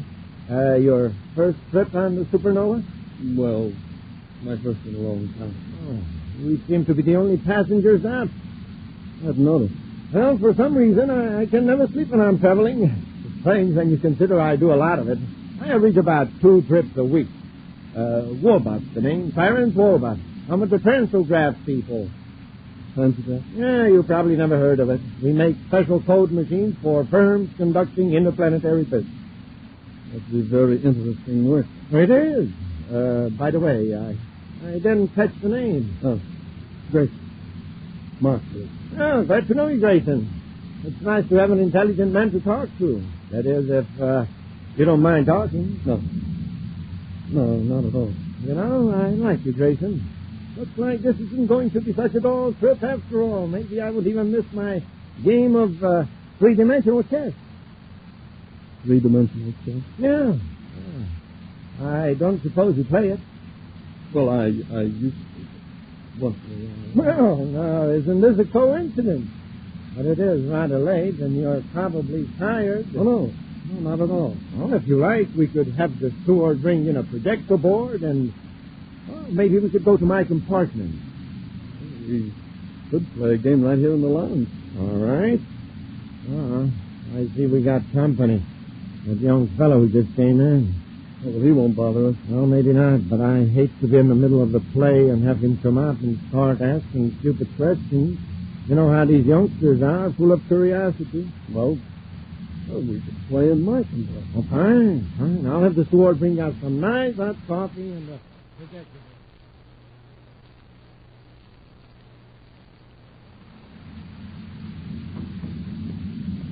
Commander, it looks like Grayson is up to his old tricks. That's so? Yes, sir. He and this older man are in Grayson's compartment across the corridor. And the steward brought in a three-dimensional chess set. 3D chess isn't such a popular game. It's rather odd that Grayson should just happen to find such a congenial partner right off the bat. He may have had his man marked for some time. Still, we haven't any grounds to interfere. Well, maybe we could just happen in by mistake. You know, the wrong compartment. I'll keep that idea in mind.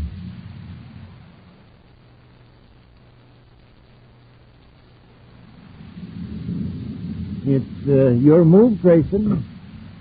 Grayson, I played. Grayson? Oh, good. He's asleep now. Now to get the ring off of his finger because... Gentlemen, I'm afraid you have the wrong compartment. I don't think so. Isn't that three-dimensional chess you're playing? Yeah, that's right. My companion seems to have dozed off. I see.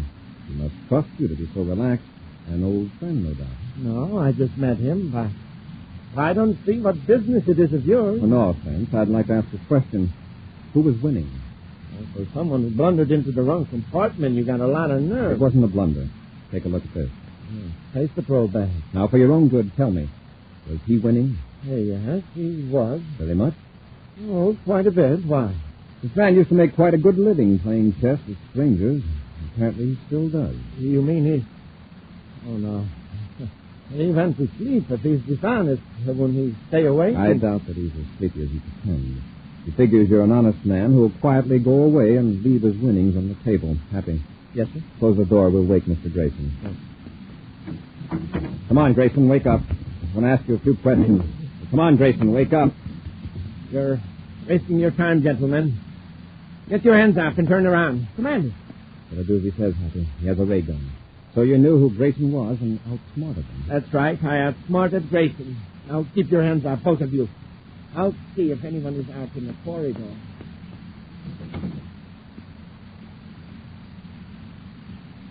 All right. It's all clear. Come on. Now, no tricks, either of you. Just go down the corridor.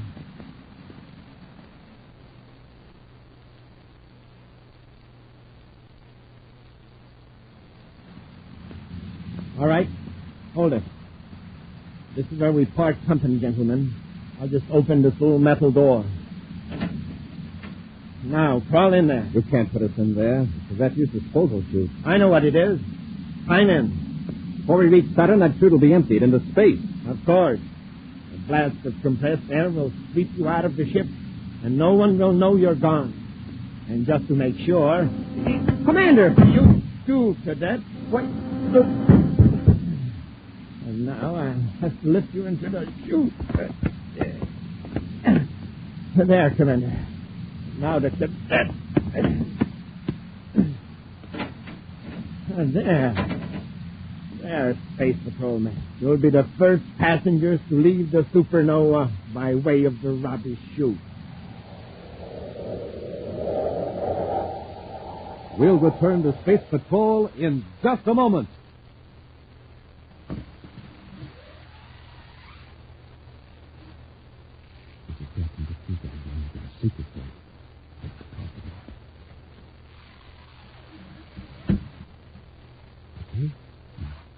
Here's the secret Buzz Perry wants you to know about. The secret of how space patrollers get a rip-roaring start in the morning. Here's what they do. They eat a breakfast that supercharges them. A power breakfast with rice Chex or wheat Chex. Chex, the super cereal with that modern bite-sized design. The cereals with a swell new taste that you'll like right off the reel. Well, gang, now you know how space patrollers get that rip-roaring morning start. So get a flying start yourself every morning. Sit down to a nourishing breakfast with rice Chex or wheat Chex, the super cereals that help to supercharge you. And remember, you get a magic space picture inside every packet. And now, back to our Space Patrol adventure, Trouble Aboard the Supernova. Buzz and Happy boarded the luxury spaceship, the Supernova, on a mission to Pluto. The commander noticed that among the passengers was Mark Grayson, formerly a petty crook, but now employed by the highly reputable Solar Technic firm. Grayson's superior, Clark Ruckler, has engineered events so that Grayson will be held responsible for the theft of valuable microfilm documents, which Grayson carries in a special ring on his finger. Ruckler's partner, Walbott, was about to remove the ring from Grayson's finger when Buzz and Happy entered Grayson's compartment on the spaceship. Pretending to be a victim of Grayson's supposed dishonesty, Walbott suddenly pulled a ray gun, and after rendering Buzz and Happy unconscious, pushed them into the refuse disposal chute of the big spaceship. Before the ship reaches Saturn, the contents of the chute will be blasted out into space. Now recovering from the effects of the ray gun, Buzz and Happy find themselves in the narrow confines of a small, pitch-black room. The opening must be right here, so I can feel a thin groove where the door fits. Let's try to force it open. We've got to get out of here before they enter the chute. It's no use. Maybe somebody will hear us pounding and open the door. It's probably soundproof, I think. Anyway, nobody will be out in the corridor at this time. But wait a minute. If that fellow that put us in here didn't search us, he left our money for his treasure. I don't have mine, sir. It's back in the compartment. I've got mine. Well, we can contact the captain of the ship and get out of here in 2 minutes. Then we can find the guy that put us in here and really give him a going over. Now, hold on, Happy. There's more to this than the crooked chess game. Huh? Well, he could just as easily have been locked up in a closet to give our man a chance to escape when he landed on Saturn. But this fellow was willing to get rid of us permanently. Well, that's what makes me so mad. When we get out of here, I don't want to know we've escaped. That'll give us a chance to find out what he really was doing in Grayson's compartment. Maybe he's going to put Grayson in here, too. Maybe. Let's see how quickly we can get out of here. Commander Corey calling Captain Ferris of the Supernova. Commander Corey calling Captain Ferris of the Supernova. Captain Ferris, go ahead, Commander. You know I'm aboard, I suppose. Yeah, I noticed the NSA asked your name on the passenger list, so I followed through. No special attention. I know, but I'm afraid I'm going to need a little special attention. Anything you say, Commander? Send the regular steward to the refuse disposal opening in passenger corridor A immediately. I'm in the chute. I'll come myself. Now, wait, Captain. Just send the steward. I don't want any excitement aboard the ship. Very well, Commander. That's the way. Now, Captain, one thing. Yeah. Pass the word along not to open the chute until Cadet Happy and I are out of it.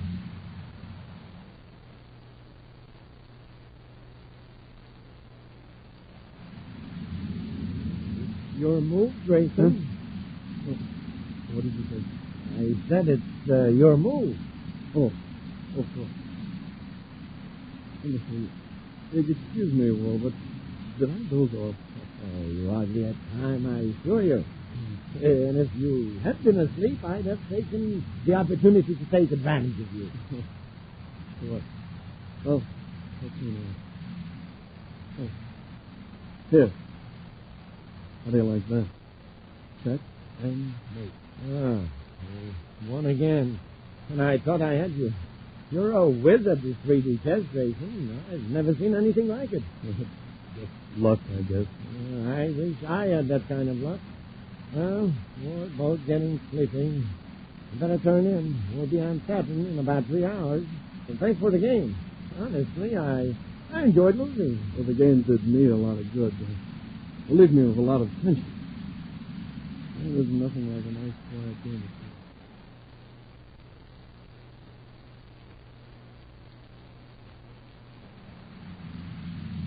The luggage is all packed, Commander. Well, fine, Happy. We'll be landing in Saturn in 20 minutes. We'll wait till everybody else is off the ship before we leave our compartment. What about Grayson? I'd check on him to the captain. He's working for Solar Technics. One of the special guards is meeting him when the ship lands. The captain showed me the spaceogram. 15 minutes till we land.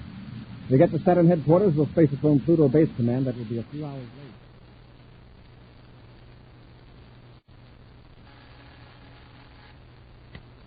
Station 15, Cadet Happy here. No, Commander Corey isn't here. I think he's somewhere around Saturn headquarters, maybe. Yes, sir, I'll tell him. Oh, Commander, Major Harper called. He said Colonel Redding has been trying to reach him. I just talked to him. He still has a detail watching Walbert. Walbert hasn't left the Saturn Space Hotel since he checked in. Oh, yes, sir, but did you know that Grayson never arrived at the Saturn plant of Solar Technics? Yes, I saw the report from the supervisor. Well, what do you suppose happened, sir? The uniformed guard from Solar Technics met Grayson at the spaceport. No, I'll get it home. Station 15, Commander Corey here. Who? All right, send him in. Happy? You have a visitor. Who, sir? Under the circumstances, the last person you'd expect to walk into Saturn Space Patrol headquarters. Who do you mean, sir? Grayson. Commander Corey? Yes, Grayson. Sit down. Happy, put on the recorder. Yes, sir. Grayson, you were due at Solar Technics plant 3 hours ago. Where have you been? I've been robbed. What about the guard who met you at the Supernova? He was one of the robbers. What was stolen from him? The microphone. He was in the radio. They filed the ring off my finger. Here, look. You can see where they cut my finger there. Now, wait a minute. The guard robbed you? Yes. He and another man. A man in a red plastic mask. The guard and I were in a surface car driving down Avenue J when... Now, hold it, Grayson. How does the man in the red plastic mask fit in? He stepped out and hailed the surface car. The guard stopped. They drove me to Saturn City Park. Then the guard held me while the other man, the man in the red mask, filed off the ring. Then they drove me around a while and turned me loose. Look, I know it sounds crazy, but it's the truth, honestly, Commander. Happy, what do you think of the story? Well, it seems to me that if the third man was in cahoots with the guard, he wouldn't have needed a mask. At least he wouldn't have worn one on the street. But that's what happened. Don't you believe me? Look, if I were lying, why wouldn't I make up a more plausible story? That's right. Possibly the fake guard and the masked man did take the ring after all. I swear they did. Okay. Who's Walbot? A fellow I met on the Supernova. We played 3D chess in my compartment. Yeah. Anything unusual happened during the game? Only that I won, and I hadn't played in 3 years. Were there any interruptions? Did you fall asleep, for example? No. And now that you mention it, I thought I got groggy for a minute. I thought I dozed off, but when I opened my eyes, there was Walbot smiling at me, waiting for me to move. It had only been a few seconds. It had been quite a few seconds, Jason. When I entered your compartment, you were sound asleep. You were in my compartment? I never saw you until I came into this office 2 minutes ago. While you were asleep, Walbot forced us into the refuse chute. Then he came back and finished the game. I can't believe it. You want us to believe your story? Well, Grayson, you may be telling the truth.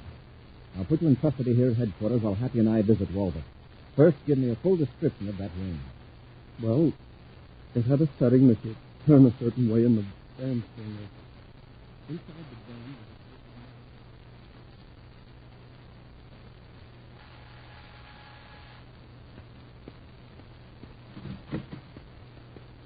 What are you doing here so soon? As soon as I heard that Grayson didn't show up at the Sothern plant, I persuaded the chief I should come here to investigate. After all, I recommended Grayson. But I thought you were going to wait till I contacted you. Why waste the time? The Tony Guard and our masked man took care of Grayson. But how do we know what Grayson will do? If he has any sense, he'll get as far away from Saturn as he can.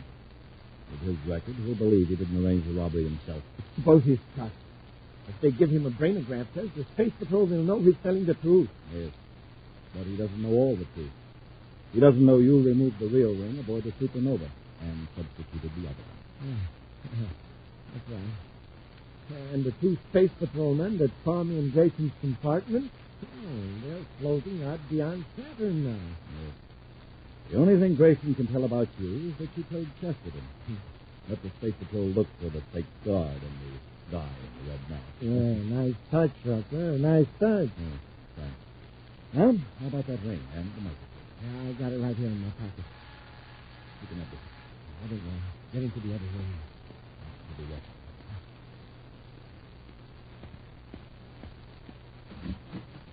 Yeah? Remember us, Mr. Walbot?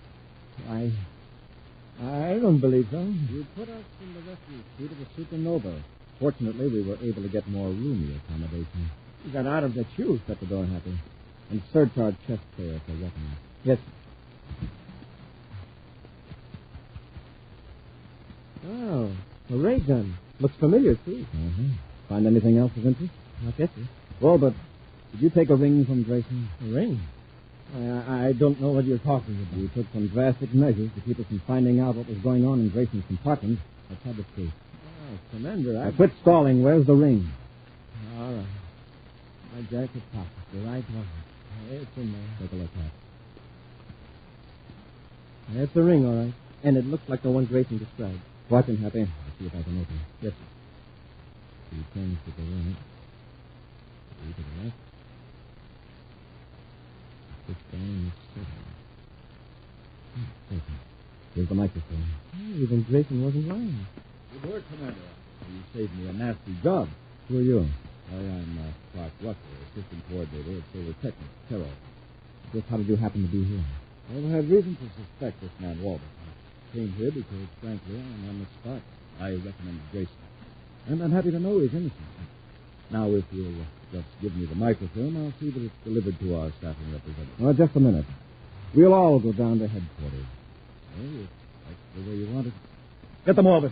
Get to the desk. I wouldn't try that, Walbot. Let go of that gun, Rustler.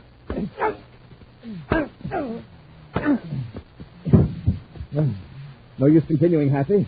The boys seem exhausted. Yes, sir. You have the microphone, sir? You bet. We'll turn it over to the Saturn plant, hand Rucker and Walbot over to the colonel, and then go on to Pluto. Fine, Commander.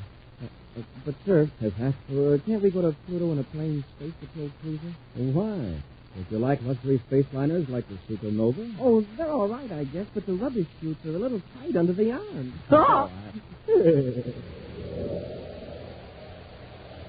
An action preview of next week's exciting Space Patrol adventure in just a moment. Gang, here's big news about the most fabulous Space Patrol equipment ever offered on this program. The Space Patrol Microscope. So powerful, it makes things look 15 times bigger than they really are. So compact, it fits right in your pocket. Offered for just a short time longer. Offered so you can see the thousands of secrets and mysteries hidden away in gardens, yards, and houses. Think of it. You get a complete scientific microscope kit. You get the official Space Patrol microscope. Strong, all-plastic 5-inch body. Glistening emerald tone finish. Powerful, optically ground double lens. You get the famous atomic particle slide. Examine it in the dark through your Space Patrol microscope, and it looks like a wild, flaming comet. You get a set of 5 transparent slides for mounting specimens. Each slide is 2 inches long, clear as crystal, made to wear and wear and wear. A miracle of invention, the Space Patrol microscope. You just take something small, a blade of grass, a piece of string, a bud, place it on one of the crystal clear slides, slip it under the lens tube, and you can see that object magnified 15 times its actual size. You see details that leave you gasping, that set your mind spinning and your pulse beating. You see the living creatures in a drop of water, the designs of fingerprints, like whirlpools in a furious cataract. And a mere splinter, it looks like a giant sword. It's fun, mystifying, educational magic. So hurry, send for your Space Patrol microscope kit today. Hurry, because this big offer soon comes to an end. Just buy a box of rice checks or wheat checks. Then with your name and address, send 25 cents in coin and a rice check or wheat check box top to Space Patrol, Box 686, St. Louis, Missouri. This offer good only in the USA and may be withdrawn at any time. That's Space Patrol, Box 686, St. Louis, Missouri. And now a preview of next week's exciting Space Patrol adventure. Buzz and Happy are attempting to rescue a girl who is being held captive in the metal factory in space in the orbit of Jupiter Moon number 2. They have just entered the cargo hold of the plant and have raised the face pieces of their spacesuits. Commander, someone's coming. I can see them through the door at the other end of the cargo hold. George, I'll do your gunmeter. Yes, sir. Commander, I can't move. Something's holding my feet. Someone's on a magnetic force field, holding our metal spacesuits. Get out of your suit. Hurry. Yes. Commander, look up above. The cargo crane is coming down on us with an Endurium beam on it. We've got to get out of these suits. With a magnetic field under us, that beam could crush us. Be sure to join us next week for the thrilling story, Peril over Jupiter, when wheat checks, rice checks, and good hot Wilson again present Space Patrol. Special bulletin for boys and girls in Youngstown, Ohio, and Albany, New York. Buzz Corey's own space battle cruiser, the Ralston Rocket, will be in your area next week. Don't miss it. The Ralston Rocket. Space Patrol, created by Mike Moses, starring Ed Kemmer as Commander Corey and Lynn Osborne as Cadet Happy, was written by Lou Houston, produced and directed by Larry Robertson, executive producer Mike Devery. Other players were Bela Kobach, Joe Cranston, and Ken Mayer. Dick Tufeld speaking. Now, don't forget to tune in next Saturday and every Saturday when Wheat Check, Rice Check, and Good Hot Wilson again present Space Patrol. Be sure to see another exciting Space Patrol story on your local ABC television station. Consult your local paper for time and channel. This program is broadcast to our armed forces overseas through the worldwide facilities of the Armed Forces Radio Service. Space Patrol came to you transcribed from Hollywood. This is ABC Radio Network.